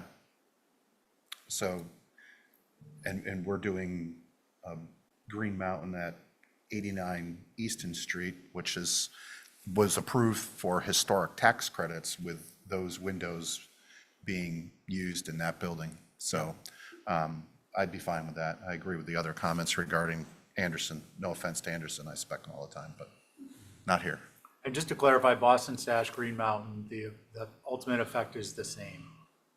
They're slightly different in their construction, but they a TDL look window with double glaze, or they are TDL with double glazing. Okay, Angus? I agree about the manufacturer so that they would follow more the Nantucket details. I understand the argument for just doing a facade, but this Five Corners is like Grand Central, and this is the land there at this point is basically as wide as the house. So you have Pleasant Street on one side, Atlantic on another, with a lot of different views of this, and I'd be much more comfortable with all the windows matching the same detail. Thank you. Thanks. Abby? Nothing to add. Did I hear the bow on the top? Okay. I don't know. Would you guys like to say I guess I'm anything? left. I think if we do the west elevation, I would suggest that in the two front rooms on the first floor, which are probably most likely the ones that would be visible from an oblique angle, but will also be visible from the inside, if you're sitting there, that those two windows would also be TDL, so that a passerby on a human scale will see the same windows. And if you're inside the structure in a particular one of those two rooms, you will see the same windows in the room. I'm presuming that I'm looking at this. So this window and this window, All the number I ones. presume is in one room. And can we scroll down a little bit? Yeah, and then this window and the front window, I don't know if this is the same room or not, but at least this one and this one, I would want to give them that option to, Yeah, the more we look at this, the more I think that main mass, which they're pretty much all number one windows with the exception of that front, the dormer, the west-facing dormer. If that main mass was, I think that fenestration should all match, and the rear L could be something different. I think confining it just to the west elevation feels a little bit too focused and doesn't address the site conditions that I think Angus described well. and thank you. And I think what I'd like to suggest, Val, unless you guys are in I know window orders can be, 3 months, so if you guys want to confer, and we'll put you on for next week, and you can look into the different, make a couple calls, look at the price difference, look at whether you can throw a triple track storm on those two, those being the TDL, energy efficient TDLs, and then you can use triple tracks without storms on the remainder. Like, there's a couple of different options. This reason I mentioned that is because that would be more energy efficient, and it would still look historically correct, even though the triple tracks are like the worst thing in the world. You also might want to look at a Marvin, because we've approved Marvins with a panel on the front that gets affixed, and it looks more historically correct. It doesn't have to be a big lift, but as opposed to trying to come up with a determination tonight, give you a chance to kind of weigh in on what your options are, because it's pretty clear that at least the primary mass is leaning towards those windows being TDL. So I'd rather give you an opportunity to make a determination of which ones, and whether you want to do a storm window effect that's traditional triple track, or if you want to select a window that actually has a panel. And that way, it just gives you an opportunity to assess your options. Just to be clear, what you're proposing, I'd like to just have an understanding Yep. of which. Come up here, Liz, to the. So where we seem to be settling on this is that the windows on the main structure Right, I understand. would be TDL. Okay. Everything else would be Anderson 400. Can I clarify that? We will talk about it and come Yeah, back. that sounds like, so we'll wrap our head around it and then come back next week. They're Yeah, SDLs no matter and what. when I say the primary structure, I'm saying the east and the west and the north, what's visible. The south isn't visible, so if you wanted to not have them be TDL, it's up to you. Mr. Chair, sorry. Yeah. TDL, like all those other, well, all of them are SDL. They're applied muntins, Boston Sash, Green Mountain, they're all SDL. But they look like TDL. Right. So the difference is basically in that flange that wraps around on an Anderson window that is that's the defining part of an Anderson window. And so I don't think you meant TDL, you No, I meant meant SDL, just a TDL different look manufacturer. SDL. Okay. Yes. And when you're talking about the main portion, are you talking about the second floor as well and the dormer? Yeah, I think anything that's either on the front or Yeah. either side of the main structure, Got it. of the primary structure closest to the street. Okay. All right, so we'll rehash. And then you guys can have till Thursday to get it in, Okay, and then we can hear it again next Tuesday. sounds good. Okay? Yeah. All right, so Yeah. get a Okay. motion to hold. Yeah, I move to hold this to be reheard next Tuesday, assuming the information is in by Thursday noon. Okay. Okay? Thanks. Thank you. All right, thanks, All everybody. those in favor? All those in favor say aye. Aye. Aye. Raise motion. You didn't smell? Yeah, that's why my mind is on the Yeah, pizza. Yeah. So we're gonna have a Yeah, it's 11-minute break. At least. Oh, that was one of the other new things we instituted. No. It's very strict. So we will It's a new reconvene in change, 11 minutes.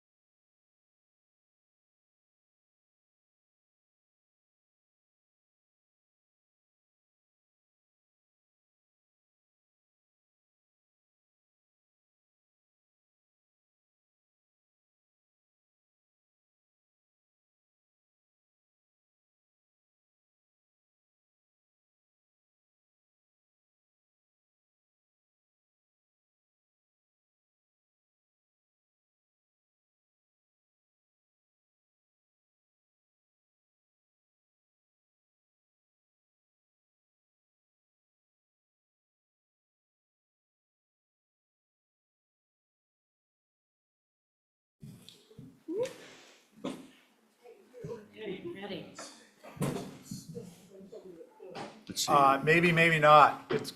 But you might want to like go home and watch it on the YouTube and then come back.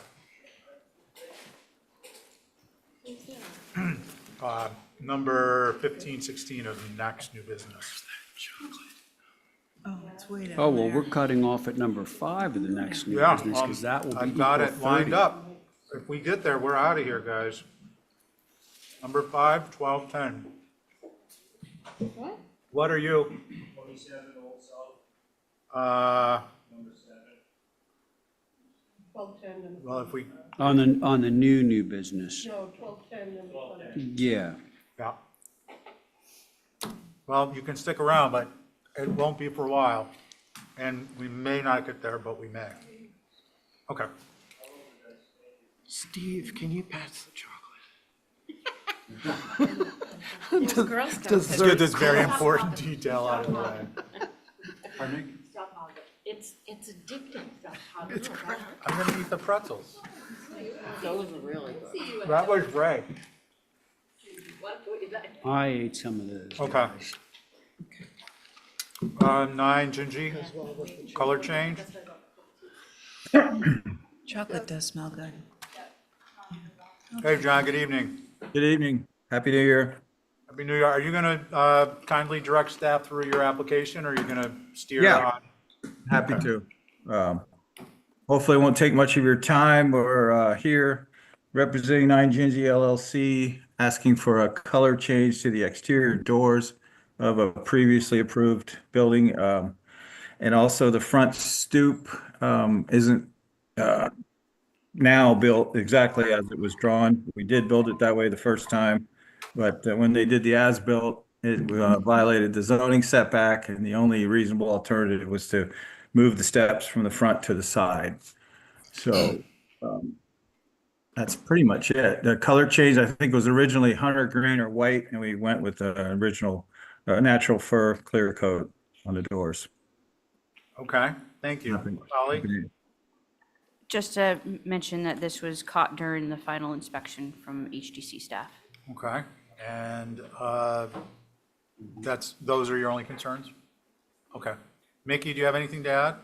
No, Gingy's outside of our map area, so we didn't look at this. Okay, good, thanks. Does anyone have any concerns? No. To get a motion approved, subject to the as-built? Better take one. Yeah, so moved. Okay, on raised motion, regular board, all in favor, say aye. Aye. Any opposed? Okay, that carried unanimously. I We have are a- now on to 2L Street. And I'm going to recuse from this. Okay. Good evening. Good evening. We are regular board members minus Val and Ad Connie.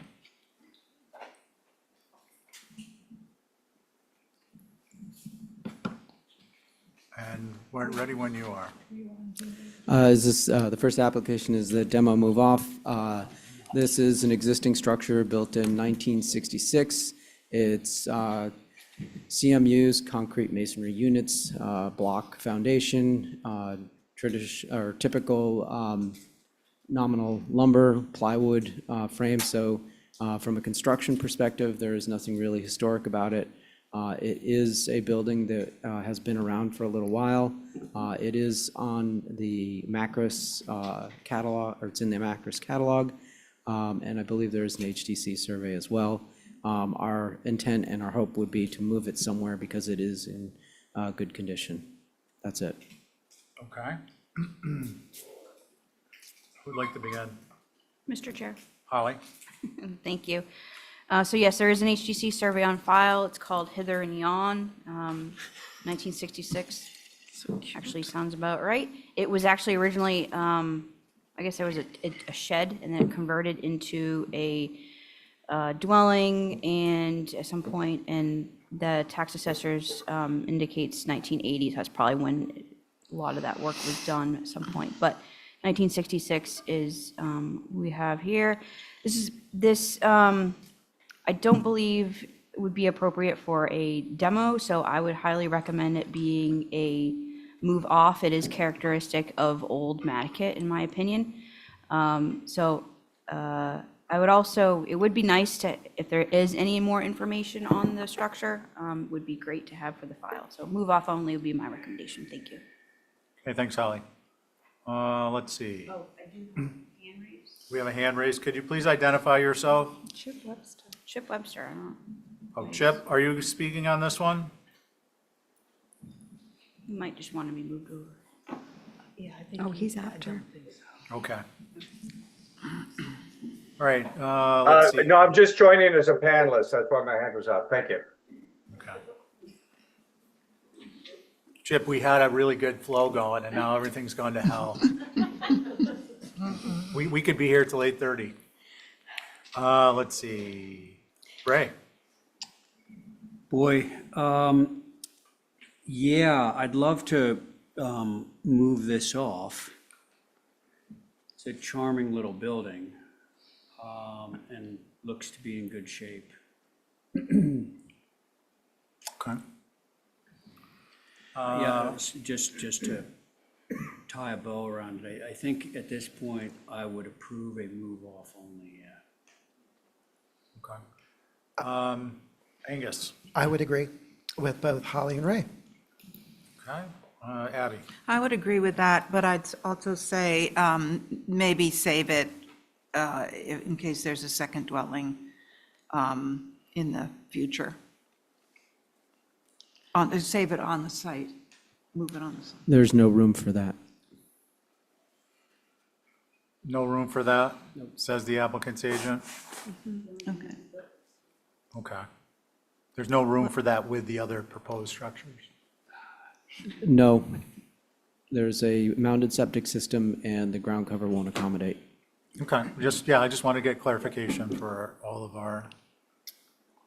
Okay, let's see, did Angus, did Abby, did Ray, Connie?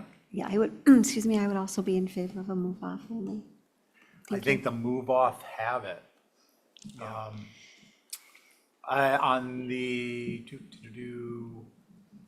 I would suggest maybe the move off period is longish, but the first 30 days is when they need to get a letter in. So I think. How does that work? Or who do I talk to? Beyond the scope of this meeting, but Yes. we can chat. Okay. But I would suggest walk away with your move off and get it in the pipe. And if you don't get any response, then there's no stronger statement. Nobody wants it. Nobody can use it, I should say. Okay, how about a motion? That's my motion. Ray's Move motion off is a only. move off only at this time, right? Correct. All in favor, say aye. Aye. Any opposed? Okay. Brooke, how does that affect the rest of your program here? Well, I think that we can certainly take a look at the new dwelling. Okay, let's do it. The building itself, the primary part of the structure actually exists on this footprint more or less, and it goes backwards along the northwest property line away from Tennessee Ave. And as you can see, there's some septic tanks there as well as a mounted leach field. Okay. Yep. Why don't you walk us through? So this, what is labeled is that south? Yeah. Yeah, that is the elevation that faces Tennessee. This building, without the elevation requirement, is only 24 feet tall at its highest. So the bulk of the height is because of it having to be stepped up for elevation 8. This has been through Concom, so that's been approved. I think that, the eave lines are low, it's mostly roof. There are no real vertical shingle masses other than what's on the back here, but I feel like the scale is totally appropriate for this part of the island. And I think I have the colors as a gray trim, and I have the windows as a a blue, or I think a denim blue, which is whatever, I think it's Marvin's version of Hamilton blue, which is kind of like a powder gray blue. And something similar was approved over on Osprey Way years ago, and I think I have photos in this feed as well for that. So I think otherwise, this is pretty self-explanatory, I hope. Thank you. Let's see, so Abby, Angus, myself, Ray, and Joe. Mr. Chair, Holly? thank you. So this structure, having to be elevated, it would have to comply with your resilient Nantucket design guidelines. I did not see an elevation certificate and ferment map in the file, so we would need that prior to your approval. Oh, and then I did want to mention that if this is something for Brooke, I don't know if the new owners are just wanting a brand-new building or if, adapting the existing structure, but the existing structure is contributing. It could be massing, so if there's any way possible within the Concom's ground cover requirements, that would be great. I think that is necessary for building with Nantucket in mind perspective. Appreciate the cross bucks. I think it's a nod to old Nantucket. So those are my comments. Thank you. Thanks, Holly. Let's see, Angus? Thank you. I appreciate the low roof lines and the massing. My main concern is with the wraparound second floor deck. I would want to see that limited to the right side. What is that? The limited to the west elevation gable, sort of a return of what's on either side of those gable doors, and not on the front. Other than that, I'm okay with it. Okay. Thank you. Thanks, Abby? I think it's quite a departure from the original structure that existed there. And I think I don't see the additive massing. I do see the gables going back, but if those were more telescoped, like you see in Nantucket, it might be more appropriate. So I think it's a lovely design, but I think it's out of place for Nantucket. Thank Okay, you. Thank you. Let's see, Ray? Thanks. So Brooke, like an application we had before pizza break, I'm kind of thinking a building like this should have a little bit more simplicity. The west elevation has these three gables, bing, bing, bing, it's looking like a mountain range. I'd love to see like that middle gable go to a shed, for example. And then the little rebated shed, not little, but large shed over the north elevation, also the front, is rebated. I'm not sure that that's necessary. Just have it all in the same plane. So I think there's some relatively simple things that can be done to this to simplify it. I'm not objecting to the massing. I'm just looking for a little bit more pared down, simple Nantucket vocabulary. That's all. Thank you. Thanks, Joe? Ray echoed, or I echo a couple of comments that Ray made regarding the west elevation and that center gable dormer going to a shed.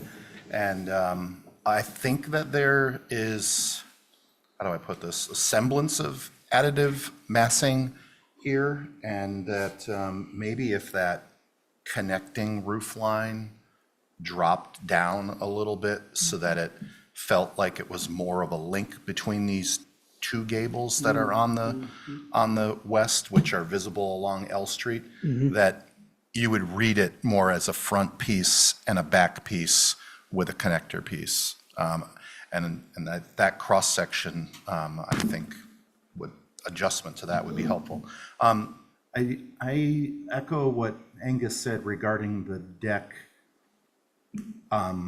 wrapping around.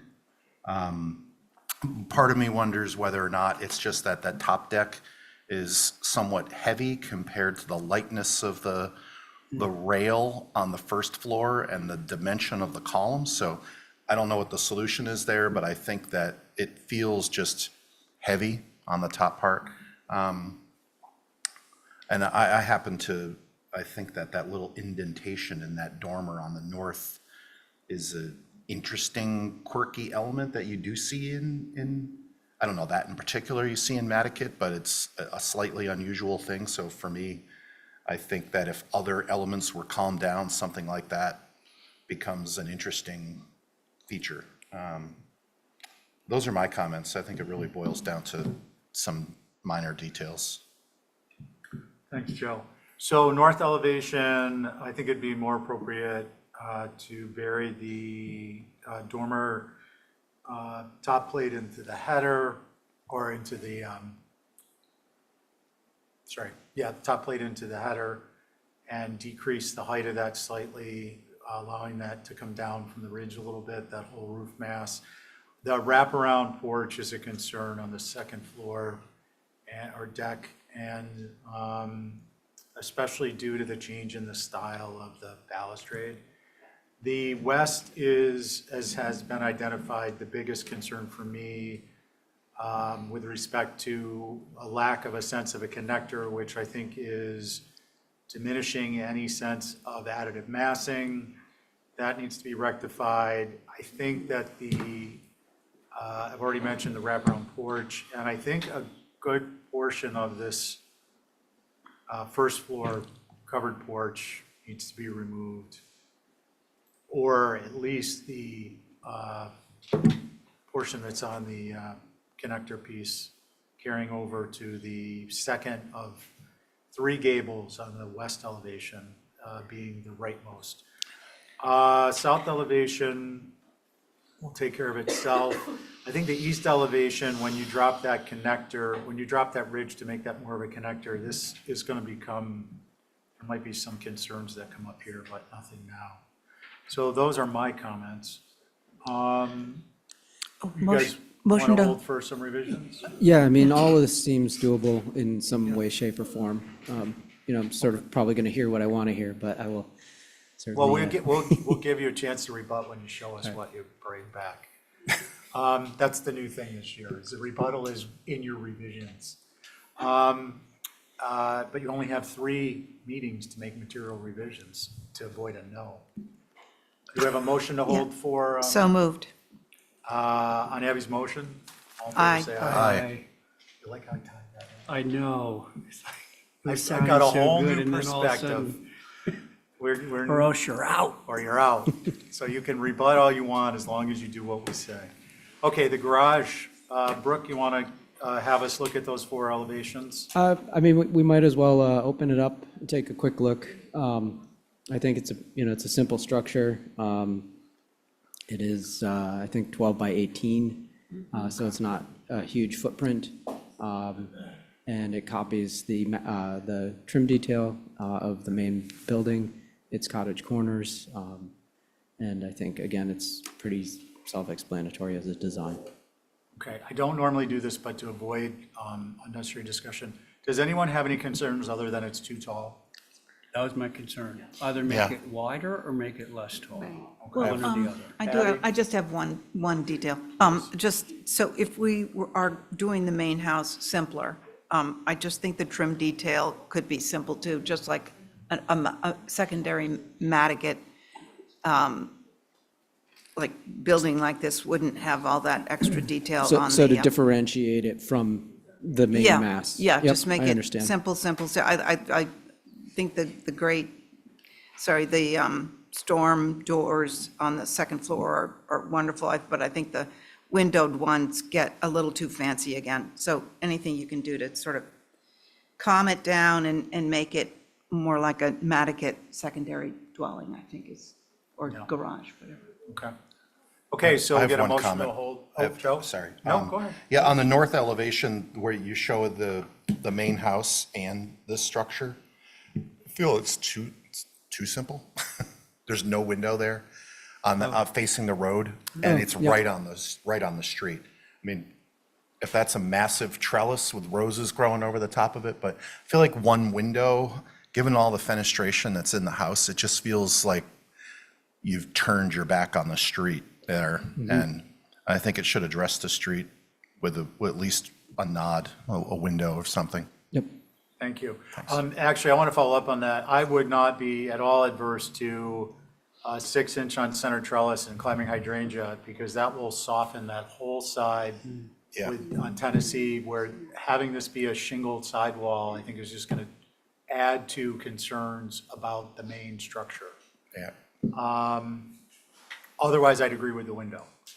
Can we get a Motion for minor revisions. Okay. All in favor, say aye. Aye. Any opposed? Aye, sorry, not opposed. That was a late aye. Thank you. Cool. Okay, that's moving us along to 81 Pocomo. Chip Webster. Good evening, everyone. Can you hear me okay? We can hear you, Chip. Chip Webster on behalf of the applicant for the next two applications, which are on the same property. They're both move demos, and if I can share the screen, I'd love to present them. Okay, Chip, your board is the regular board. Okay. You may begin. You have 90 seconds. Okay, this is the property that you recently approved a move-ons to from 88 Pocomo, the main house and guest house. So these are two cottages that are on the property that need to be moved off or demoed. The first one, which is what we're looking at here, I hope we can find a home for it. It's, as you can tell, it's one of the last remaining mid-century modern houses. We have advertised, and we have not found any takers for this one. Just because I have limited time, maybe I'll just go ahead. Did the screen just change just now to the other one? Or are you still seeing the first one? Move your screen up and down and I'll Can't tell you. stop now. Okay. That's the other one. Yeah, that's I you. like the really big ones. Okay, so this, I'm doing both applications together to speed it up. This is the second cottage that's on the property. This one, we may have a home for. We actually have someone that would like to take it, and they're just needing to get Concom approval. And then this one will find a new home. All right, I turn it over to the board for questions and comments. Thank you. Okay, thanks, Chip. Who has concerns? And Mr. if Chair. you do, what are they? Well, can I make a statement? Right. Isn't there a? So this first house, I love more than life itself. Like, if I could have a house anywhere in the world, this would be it. And I'm not kidding. Like, this is a really fabulous house. Is it typical of Nantucket architecture? No, but I think it's such a incredible example of mid-century modern at its like very best. So, you know, a move off would be as far as I would go on this one. I mean, it's a really precious, beautiful piece of architecture. There you go. Okay, thank you. Mr. Chair, Holly? I had comments, sorry about Oh, that. please go ahead. Sorry. So, that's fine. So you all probably have heard, I mean, Ray knows this is a deck house. They're pre-manufactured homes from the 60s and 70s. It is a contributing structure. Acorn Deck House Company, which was started by architect William Brakes and Robert Brownell in 1959. This is actually attributed to that company in Massachusetts. Actually, I'm going to give a nod to Mary Bergman at MPT. She actually gave me some information. There's in Concord, where there's a lot of these, there's a proposed historic district just for these structures. So I think what's really important is the deck name derives from the 3-inch thick pine deck boards used to form the floors and the roof of the houses. The boards were tongue and grooved and nailed together to span 8-foot module favored by the company. Deck is not a style, it's a trade name of the company producing the houses, and the style of the homes is supposed to be popular with modern architects and the clients throughout the country in the post-war years and up through the late 60s and 70s. On Nantucket, this architecture represents a time in which our historic district's history was that the HDC had jurisdiction in 1970, 1971 over the entire island, but we had no design guidelines. Yet, it may not represent the 1840s whaling era vernacular that we recommend in building with Nantucket in mind, but this architecture is important to our local and national historic district, in my professional opinion. So those are my comments for your consideration, Mr. Chair, and I would echo Ray's comments that this should be a move-off only, if that. Thank you. Thanks, Ollie. Oh, let's see, Angus? I don't have anything to add. I agree with everything that's been said. Okay, let's see, Abby? Somebody opened the Girl Scout cookies. I would not be in favor of a demo, and I think it is a defining character of our few mid-modern tech houses on the island. So I think it kind of does have a little bit of Nantucket history. It's not completely odd. So I wouldn't be in favor of a demo. Okay, thank you. Let's see, Val? I agree with what's been said. Perhaps we could put it on some sort of a barge and it could be a boathouse and the lifeguards can live in that That sounds good. instead of the $6 million youth hostel. Ah, the old $6 million youth hostel discussion. I said, put it on a barge and make it a boathouse for lifeguards to live in. It is an arc. Okay. Yeah, so I'm pretty sure that it's 88 Pocomo, and that house was owned by the Anathons, who owned Filene's Basement, and that was recently, within the last couple of years, redone. Not sure who it was, maybe it was Workshop. No, I did it. Oh, you did that, Chip? This Yeah, is yeah, just yeah. number 2, brother, just. I know, this I is- know. I want to find a home for this one too. I Yeah. was so excited to have the opportunity to help restore the other ones, and let's do it again. Let's find a place for it. Yeah, because this, I think, could be another testament that that was a really well-done, magnificent structure that was made very functional and honored in every way, the original structure. So it sounds like we are going to make a motion for a move-off only. Yeah, that can be my motion. Okay, and on Ray's motion, all in favor, say aye. Aye. Aye. And I'll be opposed. Because I want to stay there. so 4 in favor, 1 opposed, But they Abby. And then let's do the other dwelling, house number 2. What did we want to do with that? Chip showed it to us. He's Yeah. got Yeah, a- you should see it on the screen now. It just flipped over to it. Chip, you said you have someone for this? We do. We have a home for this one, and it has to get Concom approval. And if we get the Concom approval, of course, we'll be coming back for your approval for the move on. But it needs Concom first. Okay, so what's our appetite? Is this a move-off demo or move-off? I say move off at this point. Move off. Ray's motion is move off. All in favor, say aye. Aye. Aye. Any opposed? Okay. said Chip, to did move anybody off. take the piano? Maybe Nigel. Oh, good. Yeah. All right. Grand piano he's trying to give away. Thank you, everyone. Have a beautiful evening. Bye-bye. Thanks, Chip. All right, we're on to 65. Excuse me, those are the Girl Scout cookies talking. We're on to 65 and 67 Old South, new commercial building, Val Oliver. Oh. Get up. Well, We let me got sign this. we got a backlog to sign here. You want me to do it for you?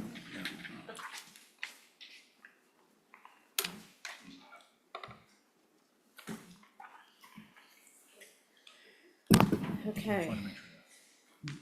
This is the location of the former dirt pile that was causing everybody such angst. Everybody? We tried to keep it in the genre of the buildings that are on the street, the liner buildings, with a hip roof. In this case, though, it's going to have a second story for apartments, and the first floor will be retail. That's my presentation. Okay. Clear and concise. Enjoyed that, Val, and the brevity. Okay, who would like to begin? Regular board plus Ani, right? Yes. I could go Go ahead. on this one. So this almost looks like a game set, like something that you'd play, Super Mario or, but I'm not sure that this style, that we should be mimicking the styles that have already been there. Maybe this should be something different. And I think if we could lose one of these hip roofs and make only 2 different masses telescoping back, it would be a little quieter. So that's all I have for the starters. Thank you. Thank you. Ray? I'm going to sort of, like, my concerns about this building are very similar to Abby's. Like, right now, it's rendered in a way that makes it feel palatial. Central mass descending to secondary mass, descending to tertiary mass, and sort of telescoping out. I think that it might be a better way to look at this if you were to say, okay, at one end I have one hip roof, and at the other end I have another hip roof, and then in between I have a lower piece, so that it doesn't feel so imposing and palatial. That's the way I would go about this. So less symmetric? What? Less No, the symmetry, like what I just suggested to you, is also symmetrical. It's just that it's not having like big mass stepping down like the Capitol building or the White House or Versailles. It's going to have 2, this is just a suggestion, Val, take like 2 hips on either side and connect them with a lower piece. So that it's really feeling more like multiple buildings than like one huge building, one giant building that was added onto an infinite number of times. Okay. Yeah, like nested. Yeah. Let's see, Angus. Yeah, I agree with what's been said. My first concern was, here's a departure from the buildings that are adjacent, popping up to 2 stories, but, further up Old South and in both directions, structures jump up to 2 stories. And also some sort of rhythm in this streetscape, I think is good, to do something different. And I agree with Ray's comments about de-emphasizing the sort of the mountain effect of it sort of building up in the center. And I'm not going to suggest how to do it, but I think that would be a good revision. Thank you. Thanks. Connie? I have nothing else to add. I do appreciate Ray's comments, though. I think that would help. Thank you. The only thing I'll add is I don't mind the hips so much as a subject to modification of the hierarchy. And I think we need to transition away from that kind of like Florida strip mall thing next door. That was, I want to have us get on a bus and drive around and look at our mistakes, but also look at like our successes. Like one day, I think it'd be a lot of fun to do that. And if we have a little sangria, I'm not adverse to that. I'll do that as long as we get to take a bus ride through all the stuff that wasn't approved by this board that sounds should have good. been approved. And we can do that by memory. I didn't 'Cause approve that. Okay, I get it, know you a want lot of them. changes. All Oh, right. yeah, So about a motion to hold for those revisions? I'll make that motion. All in favor, say aye. Aye. Any opposed? Okay. All right, we are now on to 20 Ocean Ave. Hard scraping. And we have a hand raised. Yes, I think, yeah. Okay. And Ben is here? That's Ben, right? He was here.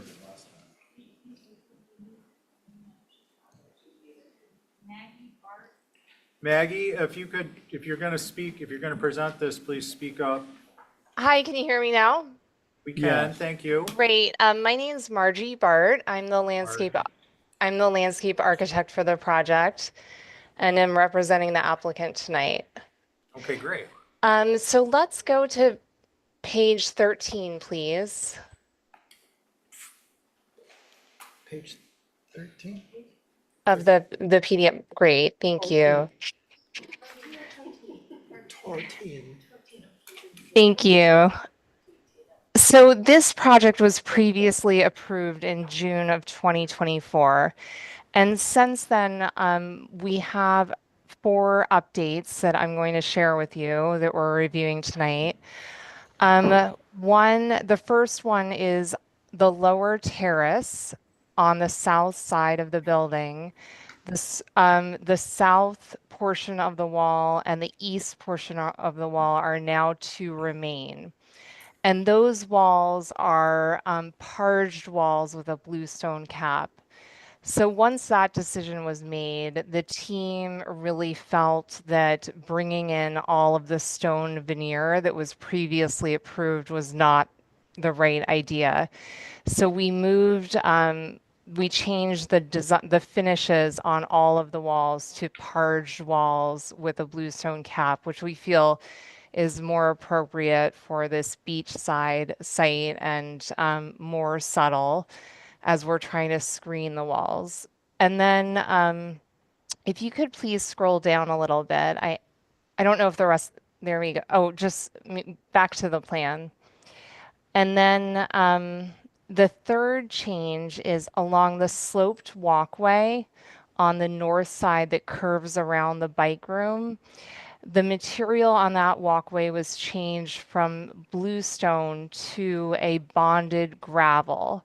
So that's a pervious gravel. There's no rubber. It's a granite gravel that's bonded together so it won't slip around on the sloped walk. And then finally, the last update is the walkway in front of the bike room was expanded slightly just to allow for, just so to make it a little bit easier to maneuver the bikes. Okay, thank you. Holly, Thank you. Did you or Rob have anything on this? Thank you, Mr. Chair. Just that, this is associated with the Flying Bridge circa 1938 structure that you all approved a couple of changes to. Just that this revision was extremely hard to follow. I get it now, though. Yeah, can I encapsulate just Thank for you. everyone? So if you turn to sheet L1, which we have, I mean, it's going to sound like I'm the master of the obvious here, but wherever there's a red X, that's gone. Everything else was previously approved. And it may not be gone, it may be modified, and if it is, there's an image in the general area. So for instance, the retaining wall on the right of the sheet is crossed off, and below it is what's proposed. And also the red X has a little stem coming off that's in blue with a description of what it's being replaced by. Yep, so that is that. And then, Margie, I just wanted to clarify, this is all downhill. So as a result of that, what we'll be seeing is not the pargeted wall, but the bluestone, correct? Correct.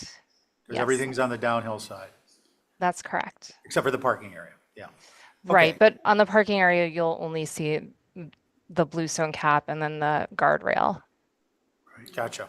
Well, if you're drinking at the summer house You can't see this. and After you the second one, you're not go even gonna know down the it's there. dunes, you might look up and see it.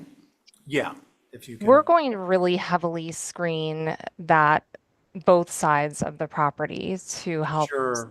soften Margie, the can you walls. just address the distance from the coastal sand area is what, a couple hundred feet? From the coastal dune line, From the beach, yeah.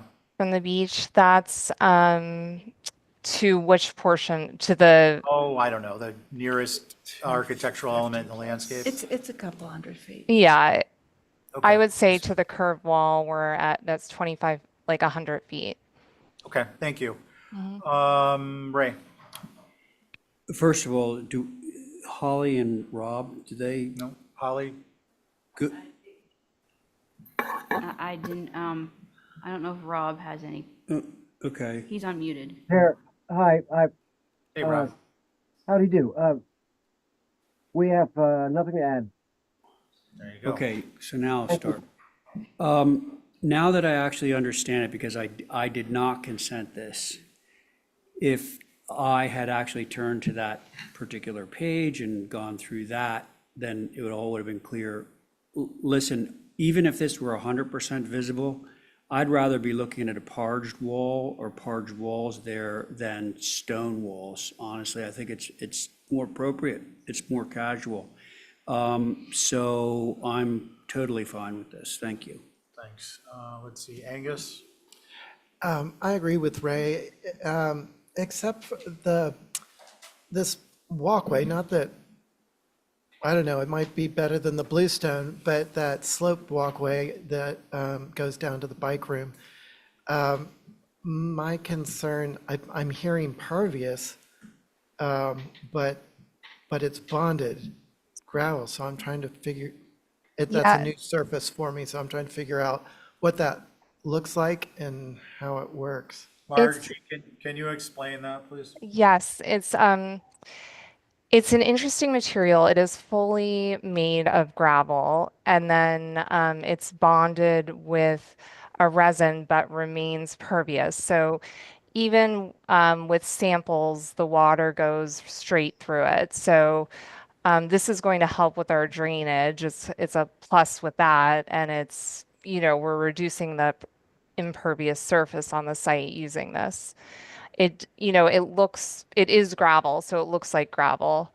Um, it just doesn't move around. And it needs to be maintained, of course, for it to remain permeable. But they use it on a lot of campuses, actually, in the Northeast for walkways. Thank you, Margie, Mhm. through the chair. So, so what we're looking at is that detail on the left, that's how it would end up looking. Like Yes, that's a stone. picture of the Oh, actual material, a sample okay, of the manufactured material. so I don't have any further comment. Okay, thanks. Abby? I think my only concern, I agree about the parged wall. I think it's much more appropriate than what was there before. The stone walls, you'd never seen that around a duned area. So I think the parged walls are more simple, more, but I'm worried about the stone cap. It's looking a little industrial, a little bit modern. I'm not sure, but I don't have a substitute for that. So that's my only sort of wondering what other material that cap could be, or maybe what if it was just finished off as a parged wall? We have to cap the parged walls to protect the wall. The cap is serving also to prevent water from entering the interior of the wall and kind of cracking it in the winter. So it serves a purpose. That is a rendering of a bluestone cap. It will match all of the paving on the site, which will be gorgeous bluestone like you see in the upper right-hand circle, the stair treads. So it's going to match the rest of the stone at the site. We want it to be very subtle and blend. Okay, that would appease me. I was just, as it's the diagram you show, it's like a gunmetal black. So I think if you're using the one that's shown in the stone stair, I think that would be a lot more subtle. Thank you. Yes, definitely. Yeah. That was exactly the same thing I had concern with, so thanks for asking that, Abby. If it's going to be a lighter color, it's okay. Anything else? No. Okay, I have no concerns. I will say approval of polymer or a resin binder is with respect to aesthetics only. It is not an endorsement or approval of environmental appropriateness. That's not our jurisdiction. But boy, let's make sure it is environmentally appropriate and safe. Okay, what do we want to do? I'll make a motion to approve this. Subject to the environmentally safe. We better leave that out. That's, Yeah, I know. even mentioning that is subjecting us to some sort of, We could be, liability. if they get an approval, I don't think. And the cap to be. Well, can gray. you make it so the cap is more, The cap is going to be the light gray as Yeah. what the applicant's agent suggested. I know, but I'd put it in writing. Margie, we're going to qualify that the cap will be a gray or a light bluestone, not the gunmetal. Yes. Okay, thank you. How about a motion? That's my modified motion. Modified motion. All in favor of Ray's modified motion? Aye. With or without binders? Okay, that carries unanimously. Ray's gonna I write can it. write it. We're on to 4 Gay Street. Thank you. 4, 5, 6, 7, 8, 9, 10. We have 11 more, folks. Woo-wee. Get to it. Okay, this is for hardscape at 4 Gay Street. It's for a fence, like the neighbor has, that it becomes more of a gate to the driveway, a picket fence on the Gay Street side, an outdoor shower, and I know we have to go to the town for this, but I think we need approval from here too, to make the asphalt sidewalk into brick. I'll give you permission. So, that's the crux of it. Okay, thank you. Holly? Thank you, Mr. Chair. Yeah, to answer that question, sidewalk, HCC doesn't have jurisdiction in the right of way, so that would be town administration. Okay. And we do have that very, very clear on our hardscape application checklist. But for the record, this is a circa 1795, built by Paul Cogshell. It was originally built on the Quint Street side and moved to its current location, obviously within the Wesco Acre Lot section of town. I didn't really have much of concern, except making sure that the, if there were changes, which I really couldn't tell, of the picket fence or the type 2 cat picket fence up front stayed the same. Other than that, I didn't really have any concerns. And then, yes, the sidewalk would have to go through town / select board. Okay. Okay, it's Abby, Angus, me, Ray, and Joe. Any butters? Any butters? Mickey, you got anything? No, we have no concerns, but Stephen, is your mic on? You're hard to hear. Oh. Thank you. He's eating. I do that every once in a while just so people can sit on the edge of their seat and wonder what it is he said. Okay, Angus. I have no concerns. Abby? No concerns. Ray? I share Angus's concerns. Joe? No concerns. I have no concerns. I do want to point something out, though, and I'd like to get a clarification. My understanding of the Martin Lane decision, was that the HCC has authority over the material that is used, but not the fact that it can or cannot be present in the right of way. So, I Wait, think say that again? we can't determine whether or not it can be there, but we can determine what the material is. Oh, okay. I'll double Within a check that. town way? Yeah. Didn't know that. I believe that was it. That's interesting.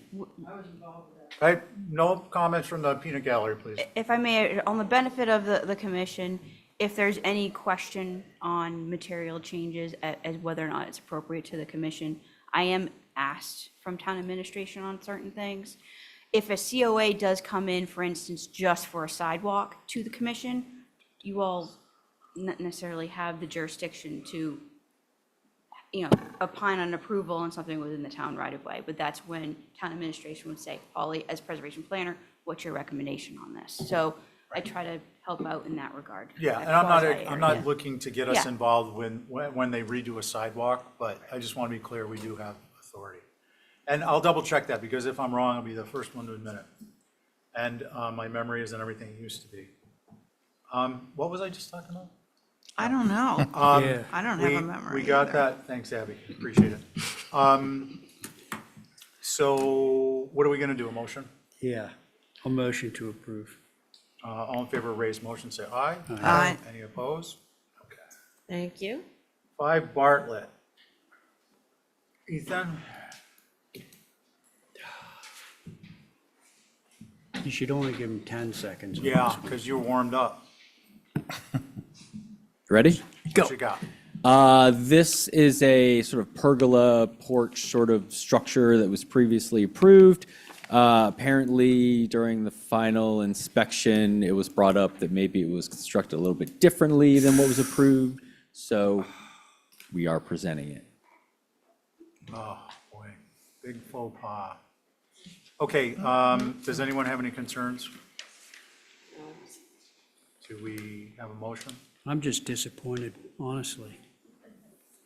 Tough. It's like, it's so rare that a contractor will just go out and do their own thing. It still fits in with the aesthetic of the campus, I would say. Okay, motion? So moved.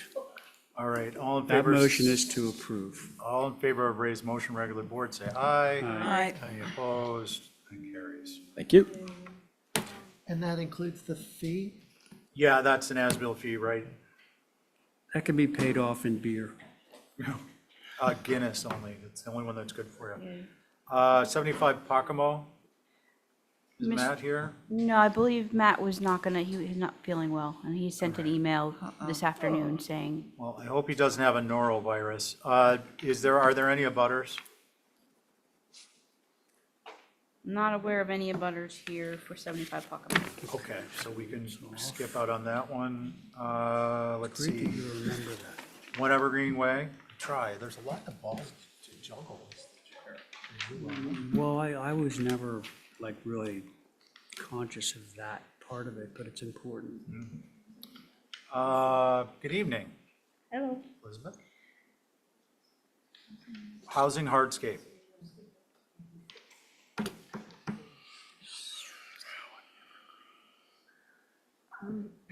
So I think you're familiar with this project.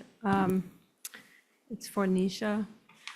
So there's the big facility on one side, and this is the housing unit on the other. It's basically a parking area, which we're required to have for the units. And there's a couple walkways. Yeah, it's fairly, a little bit of fencing. Okay, thanks. Does anyone have any concerns with these? This? Just the fence. Which fence? The white vinyl It's not on. two-tiered fence. It's not on this one. This one just has the split rail. The wall pole Yorktown picket fence? Yeah, no, that's gonna be for the animals at the other facility. I'm sorry, it's just the split rail on this one. Okay. Then no. No. Okay, then do we have a motion? Motion to approve is submitted, minus the Yorktown white fence. fence. Yeah. Okay. All in favor, say aye. Aye. Any opposed? Okay, let's get on to that Yorktown fence, because this is what I've been waiting at home to talk about. Sure. I think it's gonna be a nice addition to the island. Elizabeth, you want to run us through this one? Yeah, just waiting for the plan to open.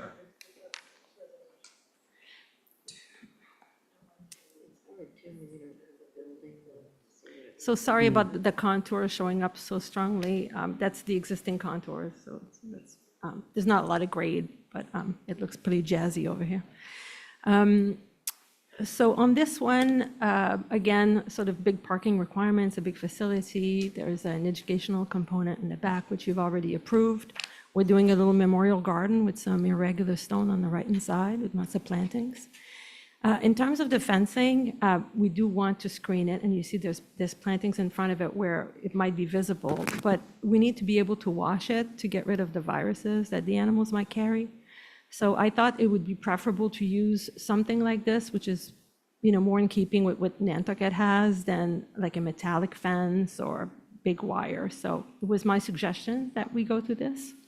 But with that, I'm happy to hear your comments. Okay, thank you. And I have a question. Val, Where is it exactly on here? So Yeah, I can't tell. So as you go in to the facility from the road, on the left-hand side, there's some isolation areas on the left. Do you see that? So like No, little I don't outdoor- even know what building Hey, I'm looking at. Angus, would you mind volunteering your laser pointer? I know there's norovirus going around, and that's not vinyl, so. No comment from the peanut gallery, please. Where is it? There you go. Oh, I Don't, just have don't. to hold it. So these are the isolation yards. And this would be the generator, and this, so that's all fenced in and then planted. That's where all the vinyls go, Elizabeth? Oh, it's inside, it's not on the. It's not on the, Oh, okay. No, on the gotcha. street, we're doing split rail. Okay, Right, and then there's like a little flagpole here. So we wanted to put it in place. okay. And then some more yards here for the dogs, and then in the back. So the cats. And then you've got greenery in front of that too, Yeah. so it's. Gotcha. Thank you. Perfect. Okay, that's helpful. Thank you, Angus. Let's see, any other questions or concerns, Val? No, And does that address your concern before we move on? yes. Excellent. I had a question. Angus? Is it possible, since there's a hedge there, is it possible to just do the wire fence that's inside the hedge? They want to be able to with the natural wash it fence? because they shed germs. So some of those animals are sick, so we're really able to like really spray it. You can't do that with plants. But it's not like a board fence that would accumulate germs. It seems like wire would not, is That's, that, Plastic Can I wire. jump in on this? Yeah. Being a pet owner, having gone through tapeworm and roundworm and all the rest Yikes. of it. Not personally. Not personally, Ray. It's the hair will get stuck on the fences, and that is a carrier of these minute little things, so. blood. Yeah, saliva. anything that can get stuck on anything. gotcha. Okay. Just a question. Yeah, no, I just wanted to share a little information that I unfortunately learned. TMI. Yeah. And that's what happens when you foster animals. It's all worthwhile. Okay, anyone else with concerns? How about my motion is to approve as submitted? Yes, I'll agree with All in that. favor of my motion? Aye. Any opposed? Okay. All right, so you're good to go. I have one more. You got one more? Nancy Ann. Oh, yeah, I see. Nancy Ann. Okay, when you're ready. So I think this property, you divided the buildings in half. Initially, they were joined, but they have a little courtyard in the center. So we tried to, give it a little charm in the front with some open green space, some sitting areas wherever we could squeeze them in. So again, we have, the retaining wall is a little parge wall on the right-hand side for the grade. Yeah, and I think that's about it. Oh, just along the right-hand side? I think so, Okay. but it's not high, it's just a lot of parking. Questions?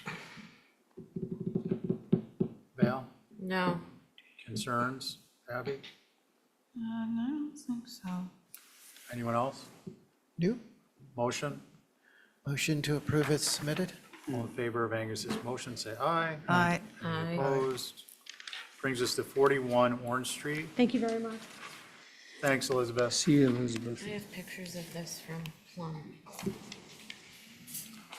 Why do I sense?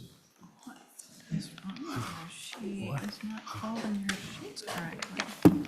Good evening, Linda. Happy New Year. Yeah, Hello, Linda. New Year, same old crap.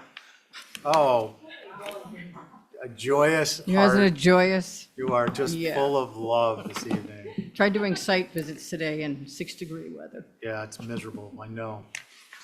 Okay, why don't you walk us through what you want? I'm sorry, what you're proposing. I want an approval. There you go. There you go. They're enclosing a deck. If you look at the site plan above you, the deck is behind the addition. And I put a bunch of pictures in there. You cannot see this deck from anywhere unless you airlift back there. And they want to close it in so it looks like a sleeping loft or sleeping deck on the second floor. Same windows to match the rest in the house, which are Boston sash, 6/6 wood. And pretty much it. If you want to go to the drawings or go to the photographs, they're pretty self-explanatory. Okay. The pictures are probably the best place to go because you can't see it. It's an existing second floor deck, and it's the same, we're not expanding the footprint, it's just going right over the same deck. So they can get interior space off that hallway Okay. and have a little Holly? sunroom. Thank you, Mr. Chair. This is a circa 1820 typical Nantucket. I totally get the concept of a sleeping quarters on a second floor. Just the elevations were really hard to discern. You know, this is a 200-year-old typical Nantucket. We kind of want to get it right. I appreciate that it's a Boston sash. I didn't understand what the second pages were, where we've got 2 windows circled and then we're relocating existing window, what that part is. I only thought that it was just the addition on the rear, so. It is. It's just that I gave you the close-up view of it. That's what they gave me, but I made them do the drawings. which- Okay, I Okay. do think that part needs to be clarified, like why we have these 2 different elevations. We'll though, go that- up. That one. Go up. Or let's just clarify while we're here. Go Are that these way. being relocated or not? No, Okay, yes, so- these 2 are. Yes, The little okay, one that's is what I was going, and then the existing window is going to be reused and moved over to that section so we get more light in that room. But go down to the next one. Okay, can you direct us? Okay, No, go to the next, go to the page below it. There you go. So the existing window is moving over to where the little window was, and I gave you the pictures. It's oblique, and they're pretty far, that one's pretty far back. But we're reusing the same window. Okay, so that's That's clear the to south everyone side. Clear as now? mud. Yeah. That's the south side. So go to the north side, which is up, Holly, higher up there. Okay, I don't want to we know what it is. Let's debate the qualitative aspect of it. Thank you for pointing that out, Holly. I was confused too. Any other comments? Okay. Mickey, did your group have anything? As usual, I object. Of course. The addition, the addition is pretty awkward, and I would definitely not recommend any kind of approval if it was at all visible. And from Plum Lane, is it visible? It's hard to say. I might consider a review, but it's all down to visibility. Thanks. Do you want to go to the pictures? Okay, hold on, Linda. You've got your 60 seconds you burned Well, through. I'd like you to go to the pictures if We're there's a gonna, question. we're going to get to commissioner comments first. Bill has a show and tell. I don't know what it Well, is. The other I way, went other today way, and other way. stopped on Plum Other way. Lane. From my car, you can see, I gave you a this. picture from Plum Lane. Linda. Okay, through the chair, number 1. Holly's the wrong direction. Number 2, can you point out Go where? up. Oh, that's it, okay. So this is it. Okay, why don't you pass that around and then show it, Love to show see it. this to the applicant's agent, so we're all on the same page after the commissioners see it. It's this back here. That is where they want to close it in. I just It's didn't actually to close the it. left of that. Linda, you're gonna get an opportunity to respond. Let me We just give want Linda us the all to be on the pictures. same page. Do you Now, have it just up take a there? look. I think the one image is sufficient, yeah, To do that. What is that? okay. All right. Pass it on down. Okay, they want it back. Show Linda. Wait, I want What Ray to is it? see it. Oh, This is the area. Oh, and this is And that's from the Plum Lane street. here. That's the telescopic. No, I got it. You can't use a telescope, and I Okay, just need to Linda, see you them. get to see them, and then we're gonna have comments. Because you're not allowed to use a telephoto. You have Say what? No locus? gas. All right. You can't use a telephoto. Yeah. Yeah, I stood over here. Okay, you saw No, it? it's to the left. No, it's over here. God. Okay. It's like, Val, come on over. No fisticuffs. Well, it'd be nice if it was accurate. Okay, so here we are. I want We have to to, take the instructions to the jury are to disregard the telescopic image and just use the street view. That's fair. Ray, Oh, goodness. You know, I was all set to be fine with this. I'm still, What I'm trying to figure out is whether this could be mitigated by pulling in the sun porch so that the existing gable rear L was expressed. Right now, it's basically a more or less kind of broken back sort of arrangement all in the same plane.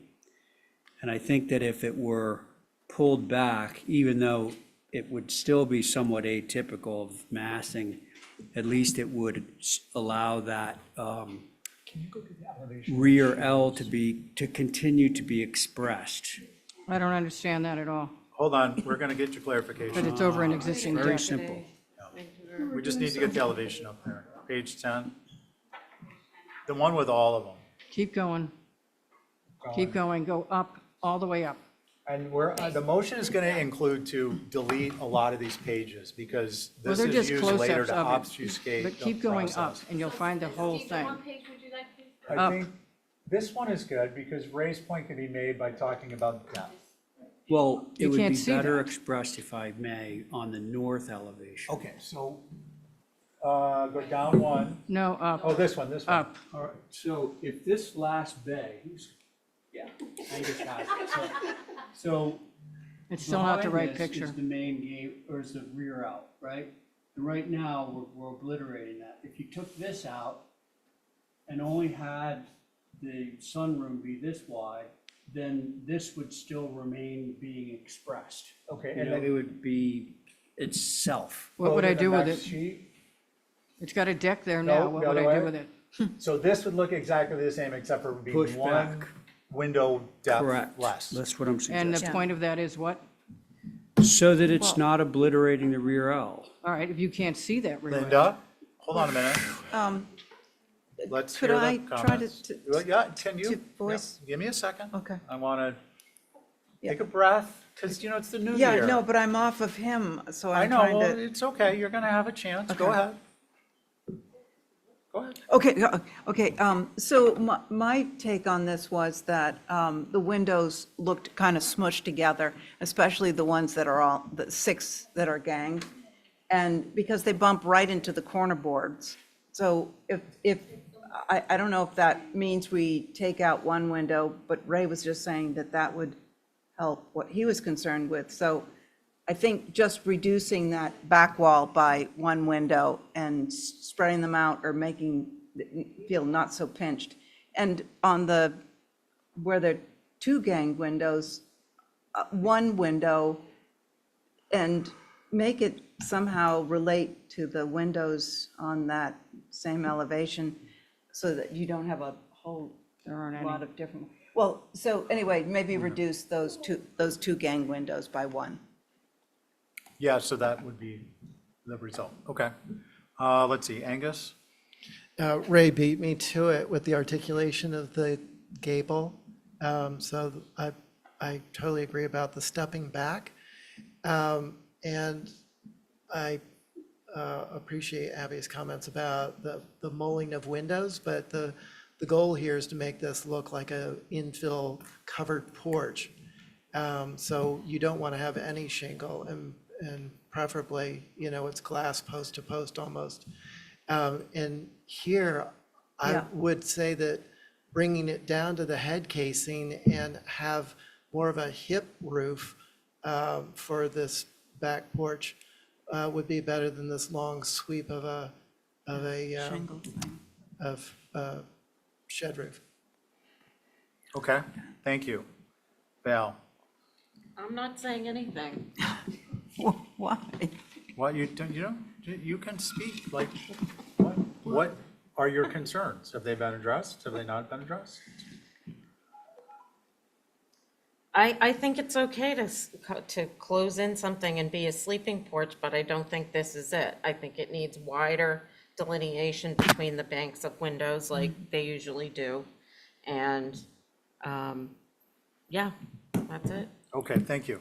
So I agree with reticulations that have been made and the remall concept. I would think it's appropriate. First of all, I think that this is generally appropriate viewed through the privet from Plum Street. Through First the of all, what? I think that this is appropriate, subject to some changes to the mulls as it is, as viewed through Plum Street. It's viewed through privet. There is amazing amount of, I just, encourage people to walk around downtown. Yeah. But in any event, I think that, we are where we are. And Linda, to my mind, if you brought this in 2 feet or so and you redistributed the windows, maybe even you made them, I don't know, 8/8s and the mulls were wider, get rid of the corner board, make it a sill that wraps around, so it looks like an infilled porch So on the no second corner board? floor. To my mind, what you're looking to do is create the concept of a wraparound porch that's been filled in, not unlike not dissimilar to, what was the one you did on, I've done a lot of them. no, it used to be, you go up cliff Oh. from the Nantucket Hotel. If you come down the other leg of that, it was this. I That can't- rebuild of that building. Yeah, but the right- street, I always get that street because it's, No, I'm coming down Cliff Road, right? instead of, you go up, you hook right past Nantucket Hotel, Right. next to the building you're Go up doing. Cliff, come down And then center, you come down, 65 Cliff. yeah, make that 65 wraparound center. more like a porch on the second Oh, yeah, floor. yeah. I don't have as much room top to bottom as I did You on that one. you don't need it. It's not to be exact, it's to be similar. You want to Then create that Down to perception. one window on the side, though? I Look at think the if one you you're cut on that up window there. in half or you lost a full window, whichever is fine with me. But look at the one right above you. Is that reducing it down? Just go to the drawing One board window? and This, feel you it can out. just work out the design, carry over the design on what's visible from Plum to this side in Well, terms that's of the reducing it to fenestration. one window like Abby wants. I don't think so. or- You could, if you Okay. use if you use 8/8, you'll go wall to wall with a thicker, with a support structural looking mull that isn't a corner board. The only reason I'm Chair. questioning, Steve, about the Okay, 8/8 is because there's not a Abby, single this isn't 8/8 in the wrestling building. match. We're at a point where I would like to facilitate the meeting Okay. unless you object to that. No, Okay, I thank just- you. I appreciate Steve, you it. want to go to 8/8? Because I No, got I 6/6s everywhere. Linda, I think you've got enough information. I don't like the 8/8, though. It's I'm not totally suggesting it different. has to be. I'm just Okay. suggesting that there are solutions. And I'm trying to give you an idea through some illustrations so that we can actually come to a motion. And then when we bring it back, we're not having a long discussion. Okay. Okay? As opposed to just kind of disingenuously or just this indignation over designing at the table selectively. Let's not do that. If So we're I not have a gonna regular design at the board on table, this, though. We are not going to design at the table, period. Okay. Understood? Well, I got 10 different Thank you. things, but it's a regular board sitting on this? Yeah. Okay. Okay, so now we could get a motion to hold for revisions, please. Honey Motion Patton, to hold Joe, for Paul, revisions. Alternates? Okay, thank you. All in favor of Angus's motion, say aye. Aye. Any opposed? Is Carrie a Gary's alternate? not an alternate on Okay. these active. Okay, thank goodness. Pochik? We are now on to, Pochik. Pochek, It's the regular board again? yes. Okay, alternates, Joe, Paul, and Connie. Okay. Okay. Go ahead, Linda. Deer fence. We Oh. just, I made them come in for it instead of just put it up, which is what everybody else down there has done. And we have substantial screening on this lot between the people, and the neighbor to the right wanted it between the two properties to give them some protection, but there's an awful lot of screening. And they're going to put a cattle thing in instead of a gate about 28 feet off the road. So you can't really see the east, west, and north. North, a couple hundred feet off the road behind two houses, and we are going to augment what's across the front, 30 feet off the road. And we're using the galvanized, which disappears much quicker than the black and the green vinyls, which tend to rust on top of it. Our posts are 24 feet apart, not 8 feet apart. They're 6 by 6s. And so they'll probably just be invisible. Okay. We just didn't want to post every 8 feet. What did you say the distance was? 24 feet in between Yeah, the that's 6 by that's 6s. sufficient. Okay. Let's see, Ray, regular board. Yeah, I think that it's set back far enough away from Pochik that we're probably all right. And we're at the end of Pochik, by the way. Okay. Oh, yeah. Okay. Angus?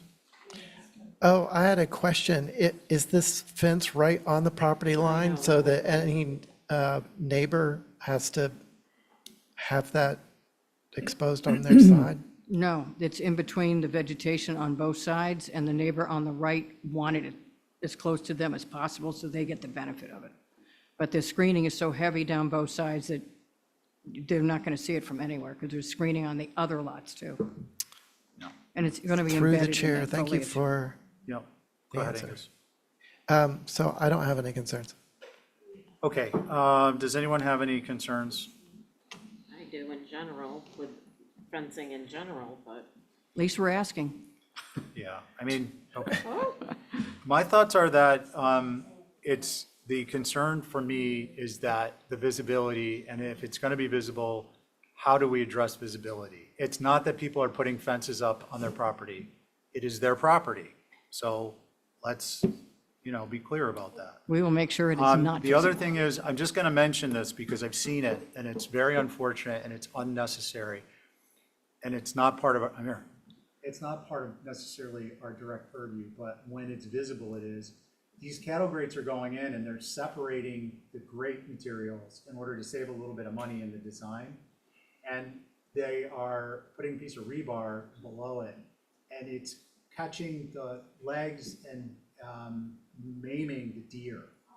So they need to be cattle grates like they're made, they're the pieces of metal are Yep. right next to each other with a 1/2 inch space max, not like a 2 or 3 inch space where the legs. Where they can go through it. Yeah, no, I've already seen this spec on this. It's horrific. Yep.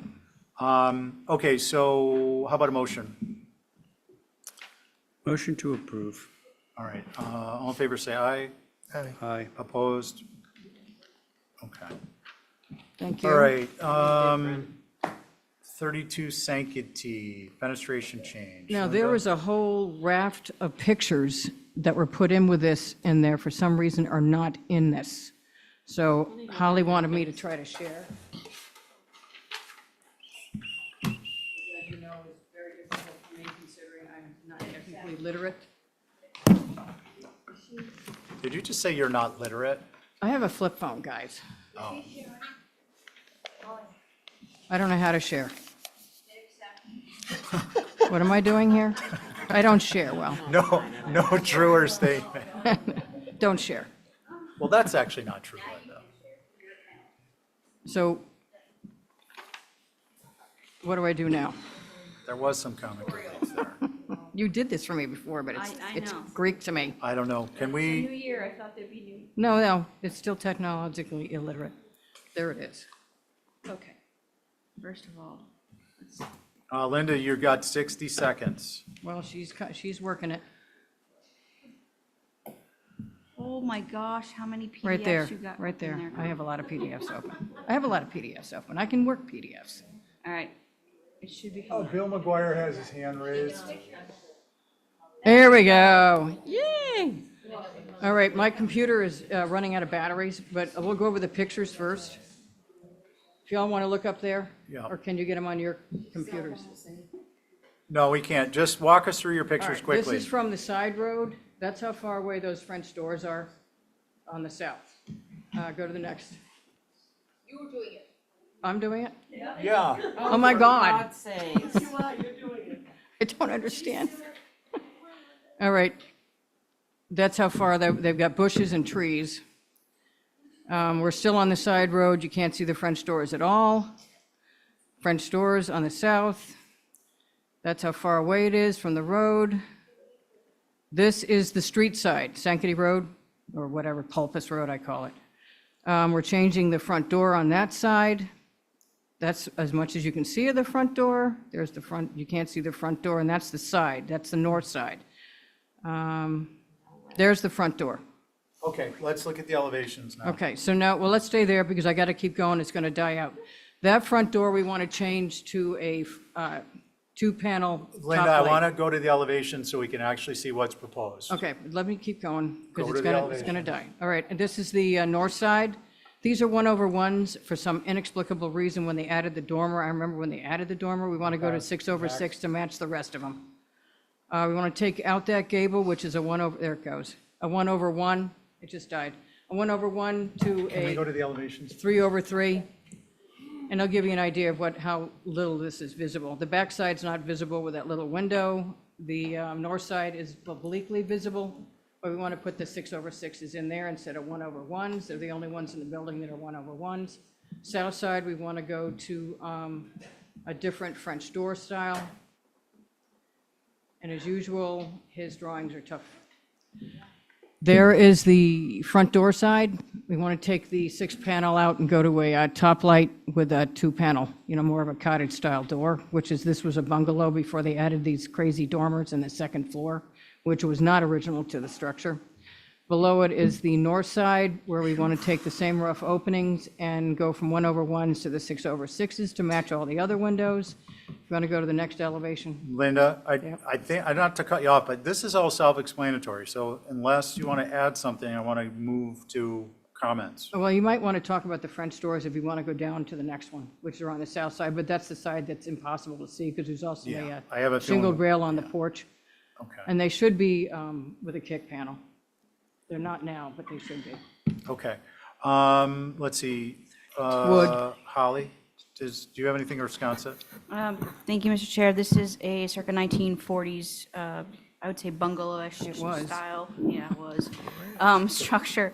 And based on the lack of visibility in certain areas and proposed fenestrations, I don't have any comments or concerns. Okay, anything from Rob? Yeah, Mr. Chairman, we have nothing to add. We've watched the evolution of this house over many years, and I believe this is an improvement. So, thank you. Okay, thank you. Let's see. Ray? Thumbs up. Val? I've got nothing. Abby, Angus, any concerns? I agree with what's been said. I think there's a motion in here to approve as submitted. So moved. All in favor of Angus's motion, say aye. Aye. Any opposed? Carries unanimously. Thank you. On to Oh, I'm not here. Good. 20 Matacasham. How late are you going to go, Mr. Chairman? Not long, much longer. I think we're just going to go to, since we do have a gentleman here who identified as number 7, we'll go that far. You're not going to do the share No, of comments? we will have gone through 31 applications, which is 10 more than we normally do. And what we're trying to do is reward success to build on it. So we're going to get to number 7, and then we're going to convene. We're gonna go to the one not right convene. before the next Linda Williams application. Yes, exactly. So we're gonna do 7 more? So the only question I'm asking is, you're not going to 12 Pondview?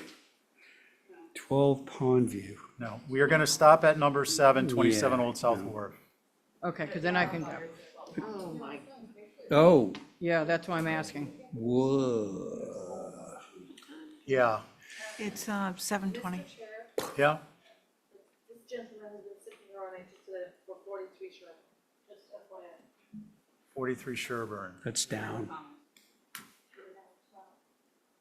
That's Well, 12. that's what I'm wondering, because I'm the closest to butter, so I just didn't know if we were staying or not staying. Oh, He came from off island for Sherburne Commons. Complexity. That's a tough one. I know. I just will hang if I have to. Yeah, okay, let me think on that. That's not, we did announce at the beginning of the meeting we would get to a certain point and stop. Well, let me know what you're gonna do, because I'm here for 2 of these. Yeah, just give me a minute to Sit tight. noodle through it. In the meantime, we're gonna go to 20 Matacasham. Is Steve with us? I think that's why Bill had his hand Yep. raised. Oh, Bill? Yes, Bill McGuire's here. Hi, Bill, good evening. Why don't you walk us through it? Well, it's pretty simple. The moving the house to the road was already approved through HDC. And so this is just coming in to show that we're putting in a new foundation with a basement. So there's a outside staircase. And I believe that there's a little bit of a change with taking one of the decks off. I have a question. Yeah, I did too. I have a question, Bill. Yes. It looks as though every window well you're putting railing around it. Oh, yes. Because, it's over the limit for not having protection there. I'm just asking. It's It'll a, be regular board. Oh, yes. Next Yeah. then Angus. Could I After put one of Val. the alternates on? After Bill. if there was we're not, are we talking about it yet or not? Okay. Yeah, go ahead. Okay. I personally think if we could mitigate some of that railing, it would be great, like put grates on top of that or something. Okay, sure. That's fine. Yeah, that's my only comment. Okay. Go, Abby. No, I was gonna ask if one of the alternates could sit on, because they've been here all night. Can one of the alternates sit on? Yeah. You don't want to, here, can you deal with this? You've been shut down, I agree Abby. with Val. I'll sit on it. Okay, Abby's off, Joe's on. I agree with Val's comments. Angus. Same here. Ray? Sorry, what was the comment? Oh, to have grates instead of railings around the window wells. What To instead? have grates instead of railings around the, Oh, that would make a window wells. tremendous amount of sense. Just a ton of railing. Yeah. Yeah. And then the thing that's really remarkably bad about this house is already there. Yeah. It's sort of the road of misfit houses. What? That road itself, I think, is a little bit like the road of misfit houses. That's true. we'll have to start our drive there. Yeah, okay, well, and it is remote. Okay, I'll go with the consensus view on this one. I agree with the consensus view. Do we have a motion? I'd make one, a Is Exhibit motion A? to, okay, motion to approve with, making the window well egresses grates or something other than railing, Okay. So to horizontal. mitigate the amount of railing. Okay, so all in favor of Val's Exhibit A, say aye. Aye. Aye. Any opposed? So you can Can that be through staff approval? No, it's an Exhibit A, it'll be quicker, Bill. You only have to get a It is copy of what staff. I'm writing Oh, on, okay. and then you You're can do your approved, thing. just you need to make those revisions. Awesome. Thank No, you. don't worry at all. You mean 14 Union? No. Okay, Brooke, I'm your chairperson for this application. All right. Are you okay with that? Yeah, that's fine. All right. Actually, I want So- Joe to be What? chair because he hasn't done anything all night. Connie, you sit on this because I have to do this. Wait, okay. so I'm what joking. am- I'm joking. Okay. I'm gonna have, So Angus is on, Val's off, Abby apparently is off, right? I'm over here. Are you on? I'm off. You're off. Steven's off. Oh, So, I'll so stay far we then. have 4. I'll stay. I So just, Val's on, Okay, okay? I'll So go it's the last. 4 of us sitting at the table. Go. All 30 right. seconds. So This was an application that probably came before you a couple of years ago at this point now. It was approved with shutters and with a roof walk and a couple of other elements. We are removing those elements for primarily for the sake of cost. They weren't there originally, and they will not be there when we are done. So I think, and then there was also a color change.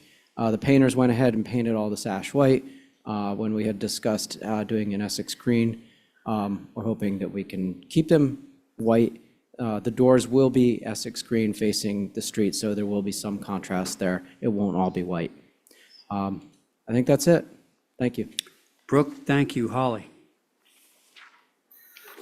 Thank you, Mr. Chair. So for the record, this is a late 1700s typical Nantucket. I do remember you all discussed the color extensively back in the day. Would have been nice to have not white, but I guess I have no concerns on not having the Widow's Walk, provided the chimney is staying, so I don't have any concerns. Thank you. Holly, just to round it out, you said there was a lot of discussion about the color.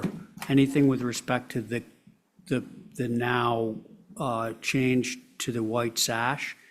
I believe there was a lot of discussion about the green sash. May I address this? Yeah, sure.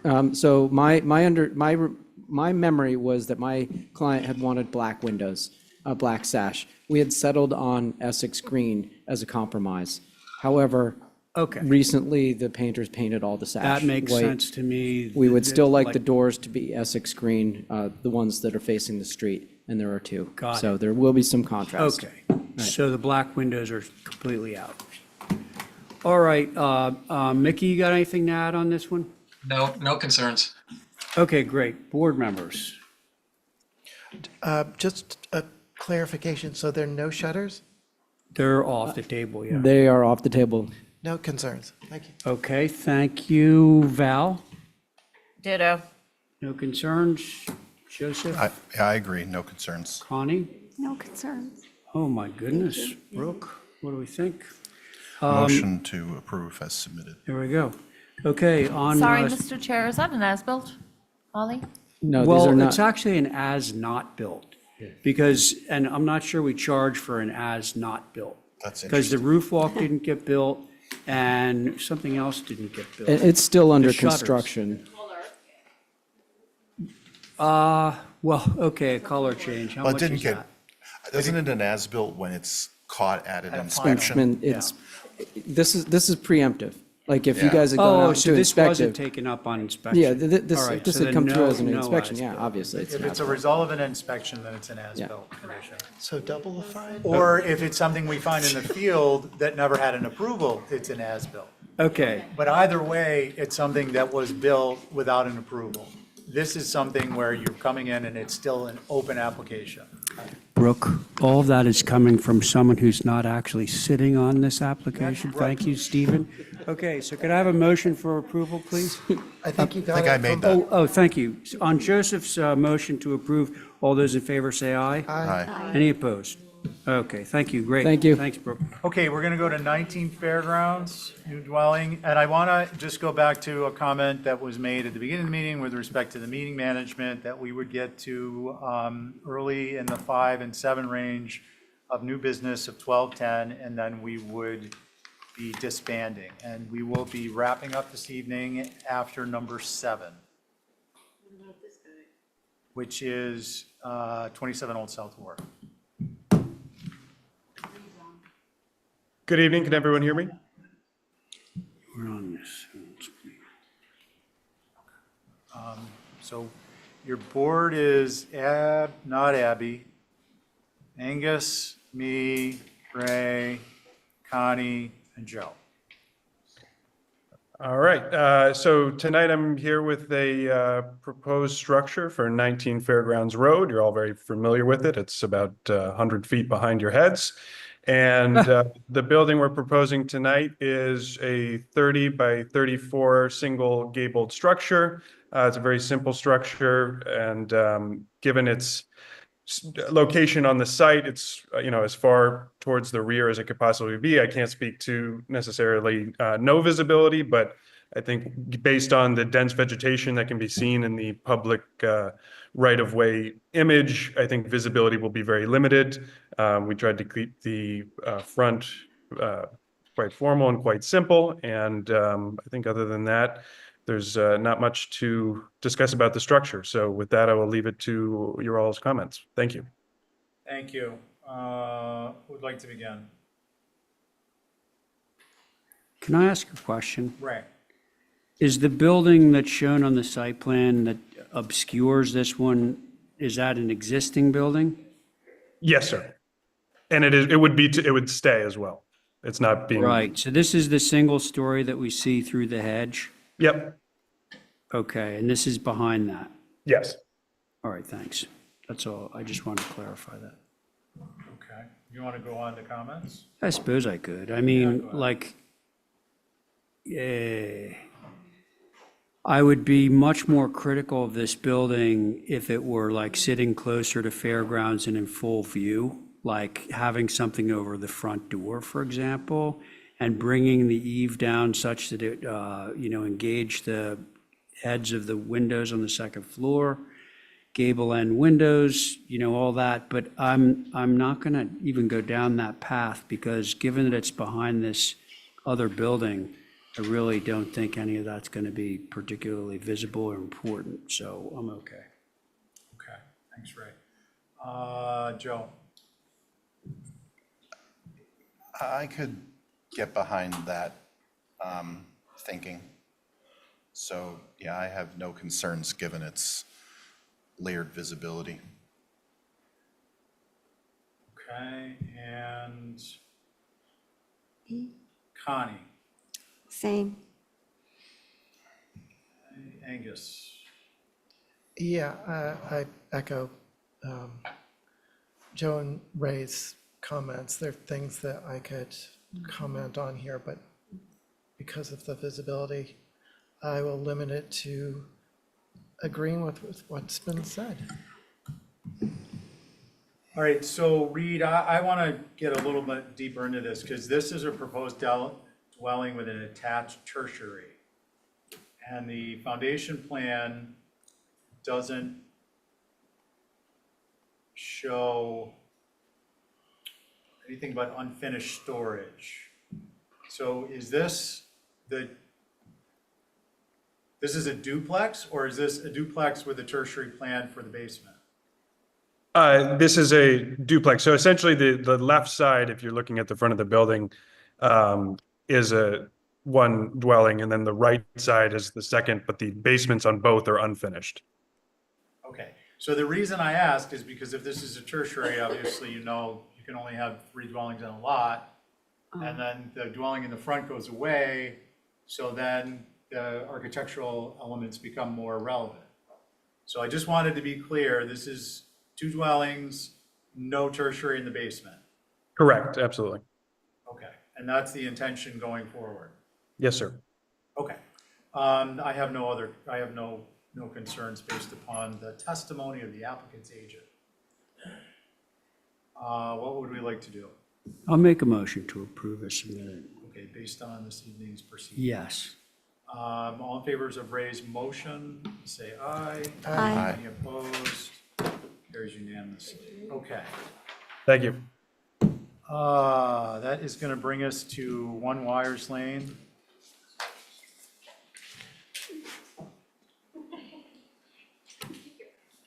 And then 17 Mill, and then 27 Old South to wrap up the evening.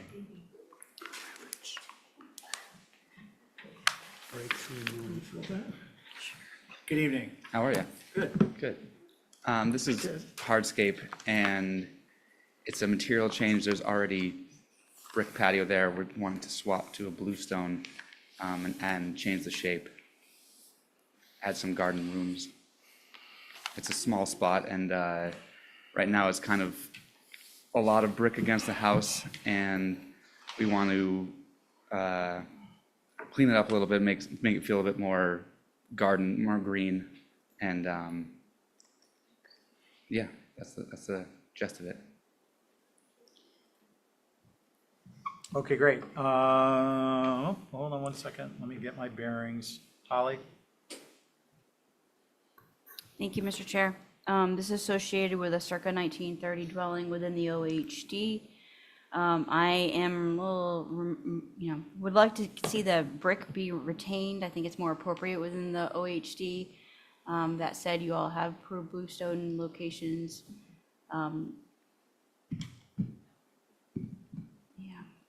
Just curious about the retaining walls. Those are existing or they're just? Yeah, those are my comments. Thank you. Okay. Did you want to get a response on that, or? Yeah. Well, the brick change is mostly because I wanted to have stepping stones down that walkway there to allow water to drain better. And I felt like the larger stepping stones would help do that better with green space in between. The other smaller factor is that the trim is currently a green, and it felt very Christmas festive to me, and I wanted to reduce that to make it more, year-round appropriate. The retaining walls are existing, but about halfway down, we would pull it up and turn it to the left there on that one photo, and to sort of have the whole property, rather than right now, it's like cut in half in grades, and we would have 3/4 of it all one grade, and then only one raised area. So we're just taking the existing granite and turning it left to have one raised area and the rest all the same grade. Got it. Did you get it? I got it, Mr. Chair. Thank you. I would recommend more, and I totally respect the comment of not looking at Christmassy, having more of a natural versus, maybe something more organic in nature versus just the bluestone. I wasn't really sure what kind of hard bluestone that would be. Okay. It was thermal bluestone that I put on there, but I'm not opposed to doing, like I have 4x4 granite blocks as one of the patio areas to match the sort of granite retaining walls. We could maybe do a granite stepping stone instead of bluestone.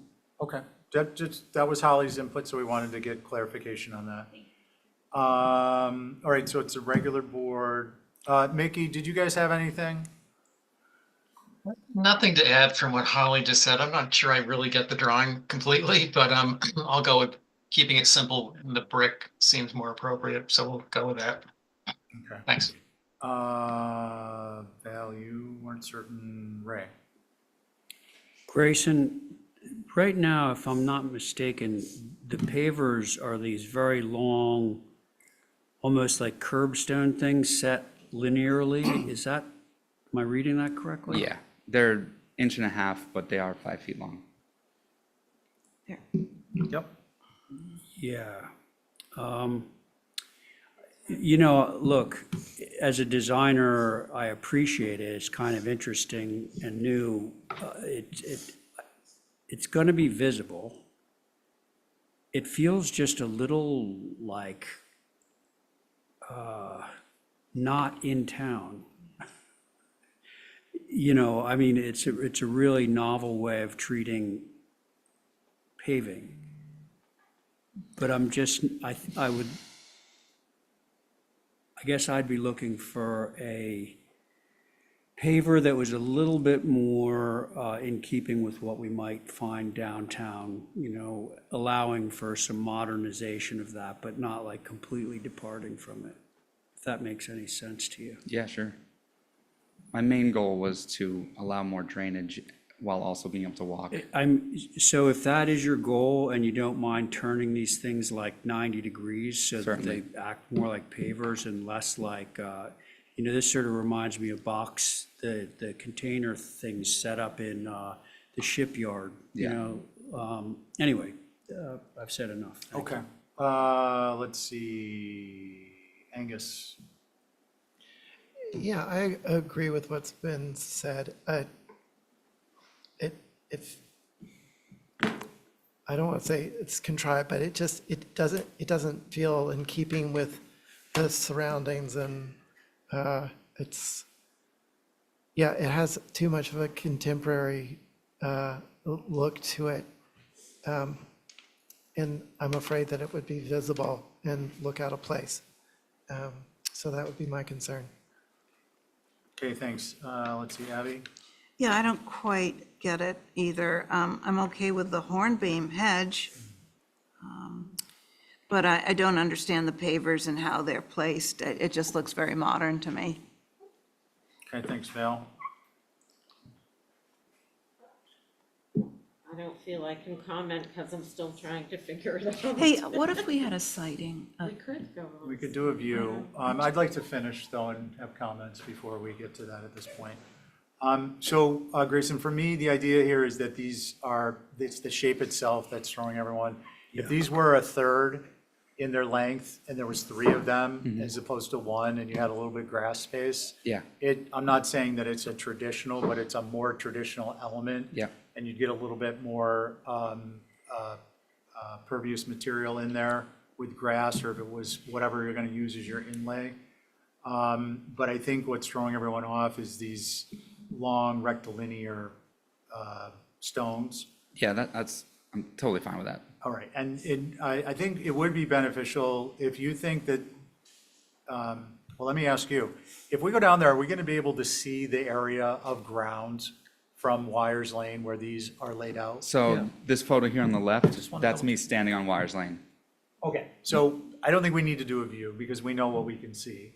So I think we should make a decision if we think that this is something that is appropriate. It doesn't sound like we believe it's appropriate. What do we want to have there instead that is appropriate? I think Grayson gets it. I think the consensus view is this is kind of a very modern treatment, avant-garde treatment for an area that's looking for something a little bit more traditional. Yeah, I was definitely Do reaching. you want to have a chance to make some revisions? Certainly. Okay, so why don't we get a motion to hold for revisions? I'll make a motion to hold for revisions. All in favor, say aye. Aye. Any opposed? Okay, that carries. Thank you very much. Okay. You know, Sybil Goldsmith used to. I didn't know the difference between. I don't get it. It would be helpful if there were better scanning. I'm not sure. I'll have, I think Ray did. That old barn. I didn't see the tree indicated as being removed. I think Bruce killed. So long ago. Let's see, we're going on to 17 Mill Street. Hey, guys, can we tone it down just for a minute? Thank you. For 17 Mill? Hi, David.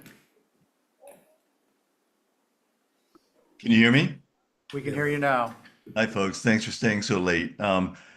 17 Mill has had off-street parking since as long as I can remember. It's been undeveloped, but we've been in the house since the mid-50s. But with Mill Street turning into really almost town parking and a place where a lot of the Turo cars are parked, we thought it was important to get the off-street a little bit more accessible. We looked around the neighborhood. We've tried to keep it in keeping with the other areas. So very traditional brick apron, pea stone lanes, and you see there's already the yellow marker, traditional curbing. So it's not a big change, but it's just Mill Street, as you probably know, in the summer has become jammed, and we just thought it was important to get more formally the off-street parking, off-site parking. Okay. Holly? Thank you, Mr. Chair. So this obviously is within the Mill Hill area. This is associated with a circa 1800 typical Nantucket within the historic district, Mill Hill area. I appreciate the site plan and the diagram showing the dimensions. To me, it looks like it follows the zoning bylaw, not HTC's purview, but obviously we want to make sure that it meets the requirements for when they go for their curb cut application to DPW. As far as the brick apron, I think that's appropriate with the character and setting of the old historic district in this neighborhood. The pea stone strips, while I appreciate the photographs that were provided of other areas, I think it would be more appropriate to have, if the intention is to have minimal with grass in the middle, it's usually a hard surface whether it's continuation of the brick or continuation of cobble or something like that. Not necessarily pea stone, you see that for a long driveway where you have minimal grass in the middle. For me, I think it's a disconnect from having the pea stone just for the traveled way for just a short driveway. So those were my comments. Thank you. Thanks, Holly. Is there any abutters? Mickey? Yes, I would agree with Holly's comments. I think it's fine the way it's submitted, but I think it might actually be better with a more of a hard surface material for the treads. Thanks. Okay, great. Let's see, Ray? Regular board. Yeah, so although I think that from a practical standpoint, a hard surface might be a little bit more durable, particularly since this is on a downhill slope. I could easily see that stuff sort of washing into the backyard. Exactly. What's that, David? No, we were trying to get it be permeable so that you did not have the runoff issue that you might with brick. Yeah, well, if I continue, so even though, you know, the practical me says that it could be a hard surface like brick or whatever, I do not object either aesthetically or from, you know, an HDC point of view to the use of pea stone here in the informal way that it's shown in your precedent photographs. So I'm fine with this. Okay, thanks. Let's see, Angus? I don't have anything to add about the material. My concern, even though there are cars that are parked along the street, I feel like this detracts from the antique structure. If the driveway were going further back alongside the house, I think that it would be more palatable, but my concern is that with a car pulled in beside the house and not behind the facade, detracts from the historic structure. Thank you. Thanks. Val?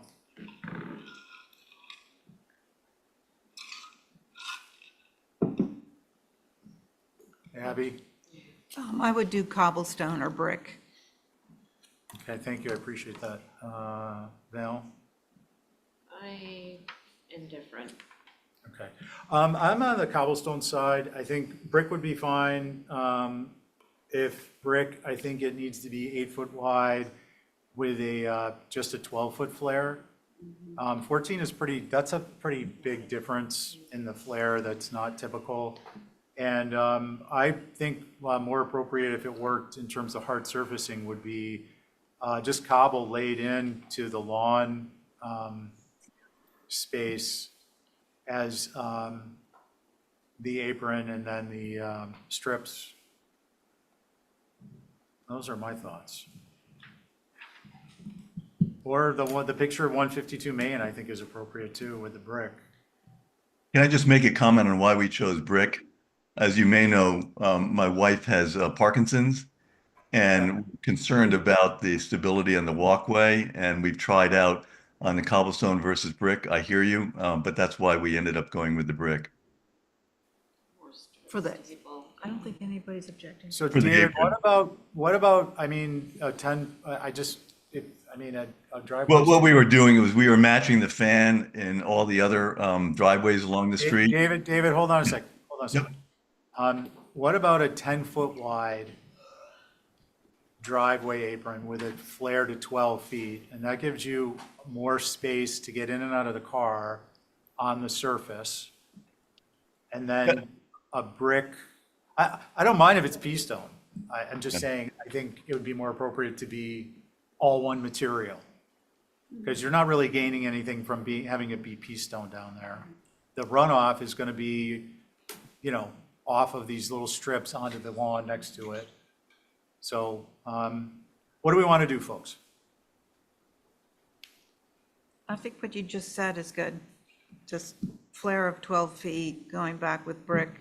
So a 10-foot wide apron, 12 feet at the flare, and go back with the brick? Yes. And keeping the grass in between. David, is that going to work for you? Yeah, again, what we're just trying to do is have stability. So you're saying brick or pea stone in terms of the strips? Brick. Okay. Again, my only concern on that was the drainage, but we're totally amenable. I mean, this is not, what we're just trying to do is get a car off the street. Okay. All right. Well, we I- could just say brick or cobble, because both would be, would let the rain go through. I don't think it would be. Yeah, I think they're having a functional problem with the cobble. I think you're gonna come back and you're gonna say, gee, we want a brick on one side where we get out of the car for the stability. But why don't we just proceed with, if it's gonna work for you guys, I don't wanna approve something you're not gonna be able to use. The alternative would be to consider and make revisions in your notations. And if it's in by noon on Thursday, we can hear it next Tuesday. Well, we'll go with what you suggest. I mean, again, we're pretty comfortable here. Okay, yeah, I'm just pointing out that if you aren't comfortable with the discussion so far, that you have an opportunity not to have to just eat this is what we want sandwich. You can make some revisions and bring it back to us. I'm going to make a Right. motion, Yeah? and I'm going to allow David to vote on this one. So David, my vote is going to be to do the brick apron, brick treads down where you're showing the pea stone, 10 feet wide with a 12-foot flare at the end. Would you be okay with that? Yeah, absolutely. Okay, so then if so, that's my motion. Okay, yeah, that's where we left it, so that's good. Okay. On Ray's motion, all in favor, say aye. Aye. Any opposed? Okay.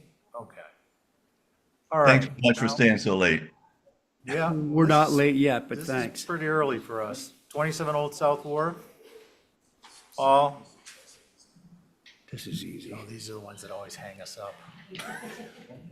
We're going to be 20 minutes in this, and I'm going to hear John McLaughlin say, There's 12 people in the that queue. Essex Green? They're all in objection to this one. You know that. I think that's what he said. Paul's just taking it on the chin. It Okay, is what it is. I gotta share though, if someone could give me yeah. ability. Oh, Is somebody gonna write that, Ray? Yeah, I'll write it. Yeah, that was in Exhibit A. Yes. Sorry. Here comes the exhibit A. all right, here it comes. Let's save everybody some heartache. Need the thing for him to write on. Okay. They'll deliver you Exhibit some A. All That's all right, right. Paul. I am. Oh, no. Oh, it's a I'm lizard sharing. stuck in the irrigation pump. Is there a soda? Is Lisa still down there? No. Put some chicken wire over it. We're really ready whenever you are. All right, Paul Bolier, I'm here for 27 Old South Wharf. We're doing some work down there to the exterior fenestrations, changing around some of the doors based on the electrical work we're doing. It currently houses all the main electric gear for that wharf, and it houses public bathrooms and engineering storage. So we're just working to bring everything up to National Electric Code and get separation of storage and electric services. The reason I am sharing tonight is, since we did do our shutdown, we've had I had a minor change that I have to present before you folks tonight, as well as the changes that Joe already reviewed. So I'll just scroll down and try to keep it simple. There's a double door right here on this end, which faces out towards the wharf and the boat base and cottages. We plan to mimic that double door into two single doors that have to be split. Obviously, you'll see from the interior for fire separation. Okay, that's it? Basically, yeah, that's it in a nutshell. I'm just gonna pull up the plan. So right now, there's a double door here, there's a double door here. We're reworking the electric gear inside on the right. We need to have two means of egress, so I need to take that double door away and put a single door with panic hardware. And I need to take these double doors and split them into one single door with panic hardware to get out of the electric, and then make right now, they store cleaning supplies and stuff. It really shouldn't be an electric room, so we're separating the two. Okay. All right, Holly? Thank you, Mr. Chair. So for the record, this is one of the buildings that were built during 1960s by Beinecke. And Paul came and actually showed me this application before, so I'm pretty familiar with it and understand the rationale of it. My only comment would be, one, there's no changes between the plans that you originally submitted and these that you're showing right now? There is, the only change is this, this door right here, Holly. So this double door that we were originally proposing to stay Okay. has to be now. I didn't realize there's two 1200 amp services in there from the old one that's in there and the new one we're putting. So I need a second means of egress. So that double door has a padlock on the outside. That would change to a 3.5-foot single door painted to match, but be panic hardware. Perfect. My only caveat is making sure that the doors are consistent with the color and, you know, if at all possible, that they don't have to be, if it could be a fire retardant, but, you know, it's still looking wood, if that's, you know, because these are shanty type of structures. Yeah, so these aren't fire doors, though. These are egress doors. These are egress doors, Yeah, yes. so these can be V-groove, normal doors with a V-groove to match the existing painted red, correct? This isn't a bare metal flat sheet door. Trying to think how George is gonna play that. It can look that way anyway, the veneer on it. Correct? I was planning on doing metal to have them painted to match, to be honest. Yeah, no. I mean, it's not a fire element. Nothing's fire rated in Yeah, there. they're not a fire rated element, so we'd be looking for a door that looks like the doors that they're replacing, just separated to include casing around it. That's actually a question before we get started. Okay. In the form of a statement. And then, because that's the concern is gonna be, okay, the concern is this needs to look like what was there, except for it's been separated, and there aren't door casings showing you need to put the door casings on to match what existed, Okay. right? Would anyone else like to add to that? That covers it for me. Okay, so can we do an Exhibit A? Ray's gonna do an Exhibit A showing. Sure can. His motion is the doors as shown separated, constructed to match the existing with respect to materials and paint color and the door casings and paint color. It's fine by us. Awesome. Okay, that's my motion. Thank you for staying late. Appreciate it. That's so funny. We keep hearing that, I This is the love it. first night when we haven't stayed late. Yeah, I and we're know. getting And all everybody these things says for we're staying late. We're loving it. On that motion? At 5, so I'm not. Yeah, Okay. Thank you. we're gonna have you around We're more aiming often. for that. Okay, so with that said, we have exceeded by, well, we are where we said we would end. Loving it. Mr. Chair, are we going to have a vote on that motion? Did we not vote? We didn't. Well, gosh darn it. All in favor, say aye. Aye. Any opposed? Carries unanimously. I turned into a pumpkin at 8 o'clock, so I'm, okay, we got minutes for review, folks. Hey, guys, quiet down. Hey, we're conducting a meeting here. Minutes for review, July 12th, 18th, and October 1st. Please do that. The July 18th meeting, was that the one? That was a special meeting, and I forgot which one it was. It might have been, we had 2 special meetings in July. Okay, okay, I'll look at the minutes. Other business, next meeting is January 14th. We will get back to you on meeting next Thursday. And that is a time for a John McLaughlin motion to adjourn. Yeah, that's fine. Motion to Adjourn? adjourn. Thank you. Thank you. I was having trouble finding that word myself earlier. All in favor of Abby's motion, say aye. Aye. Any opposed? You'd be a fool. Okay, good night, thank you. Thanks. All right.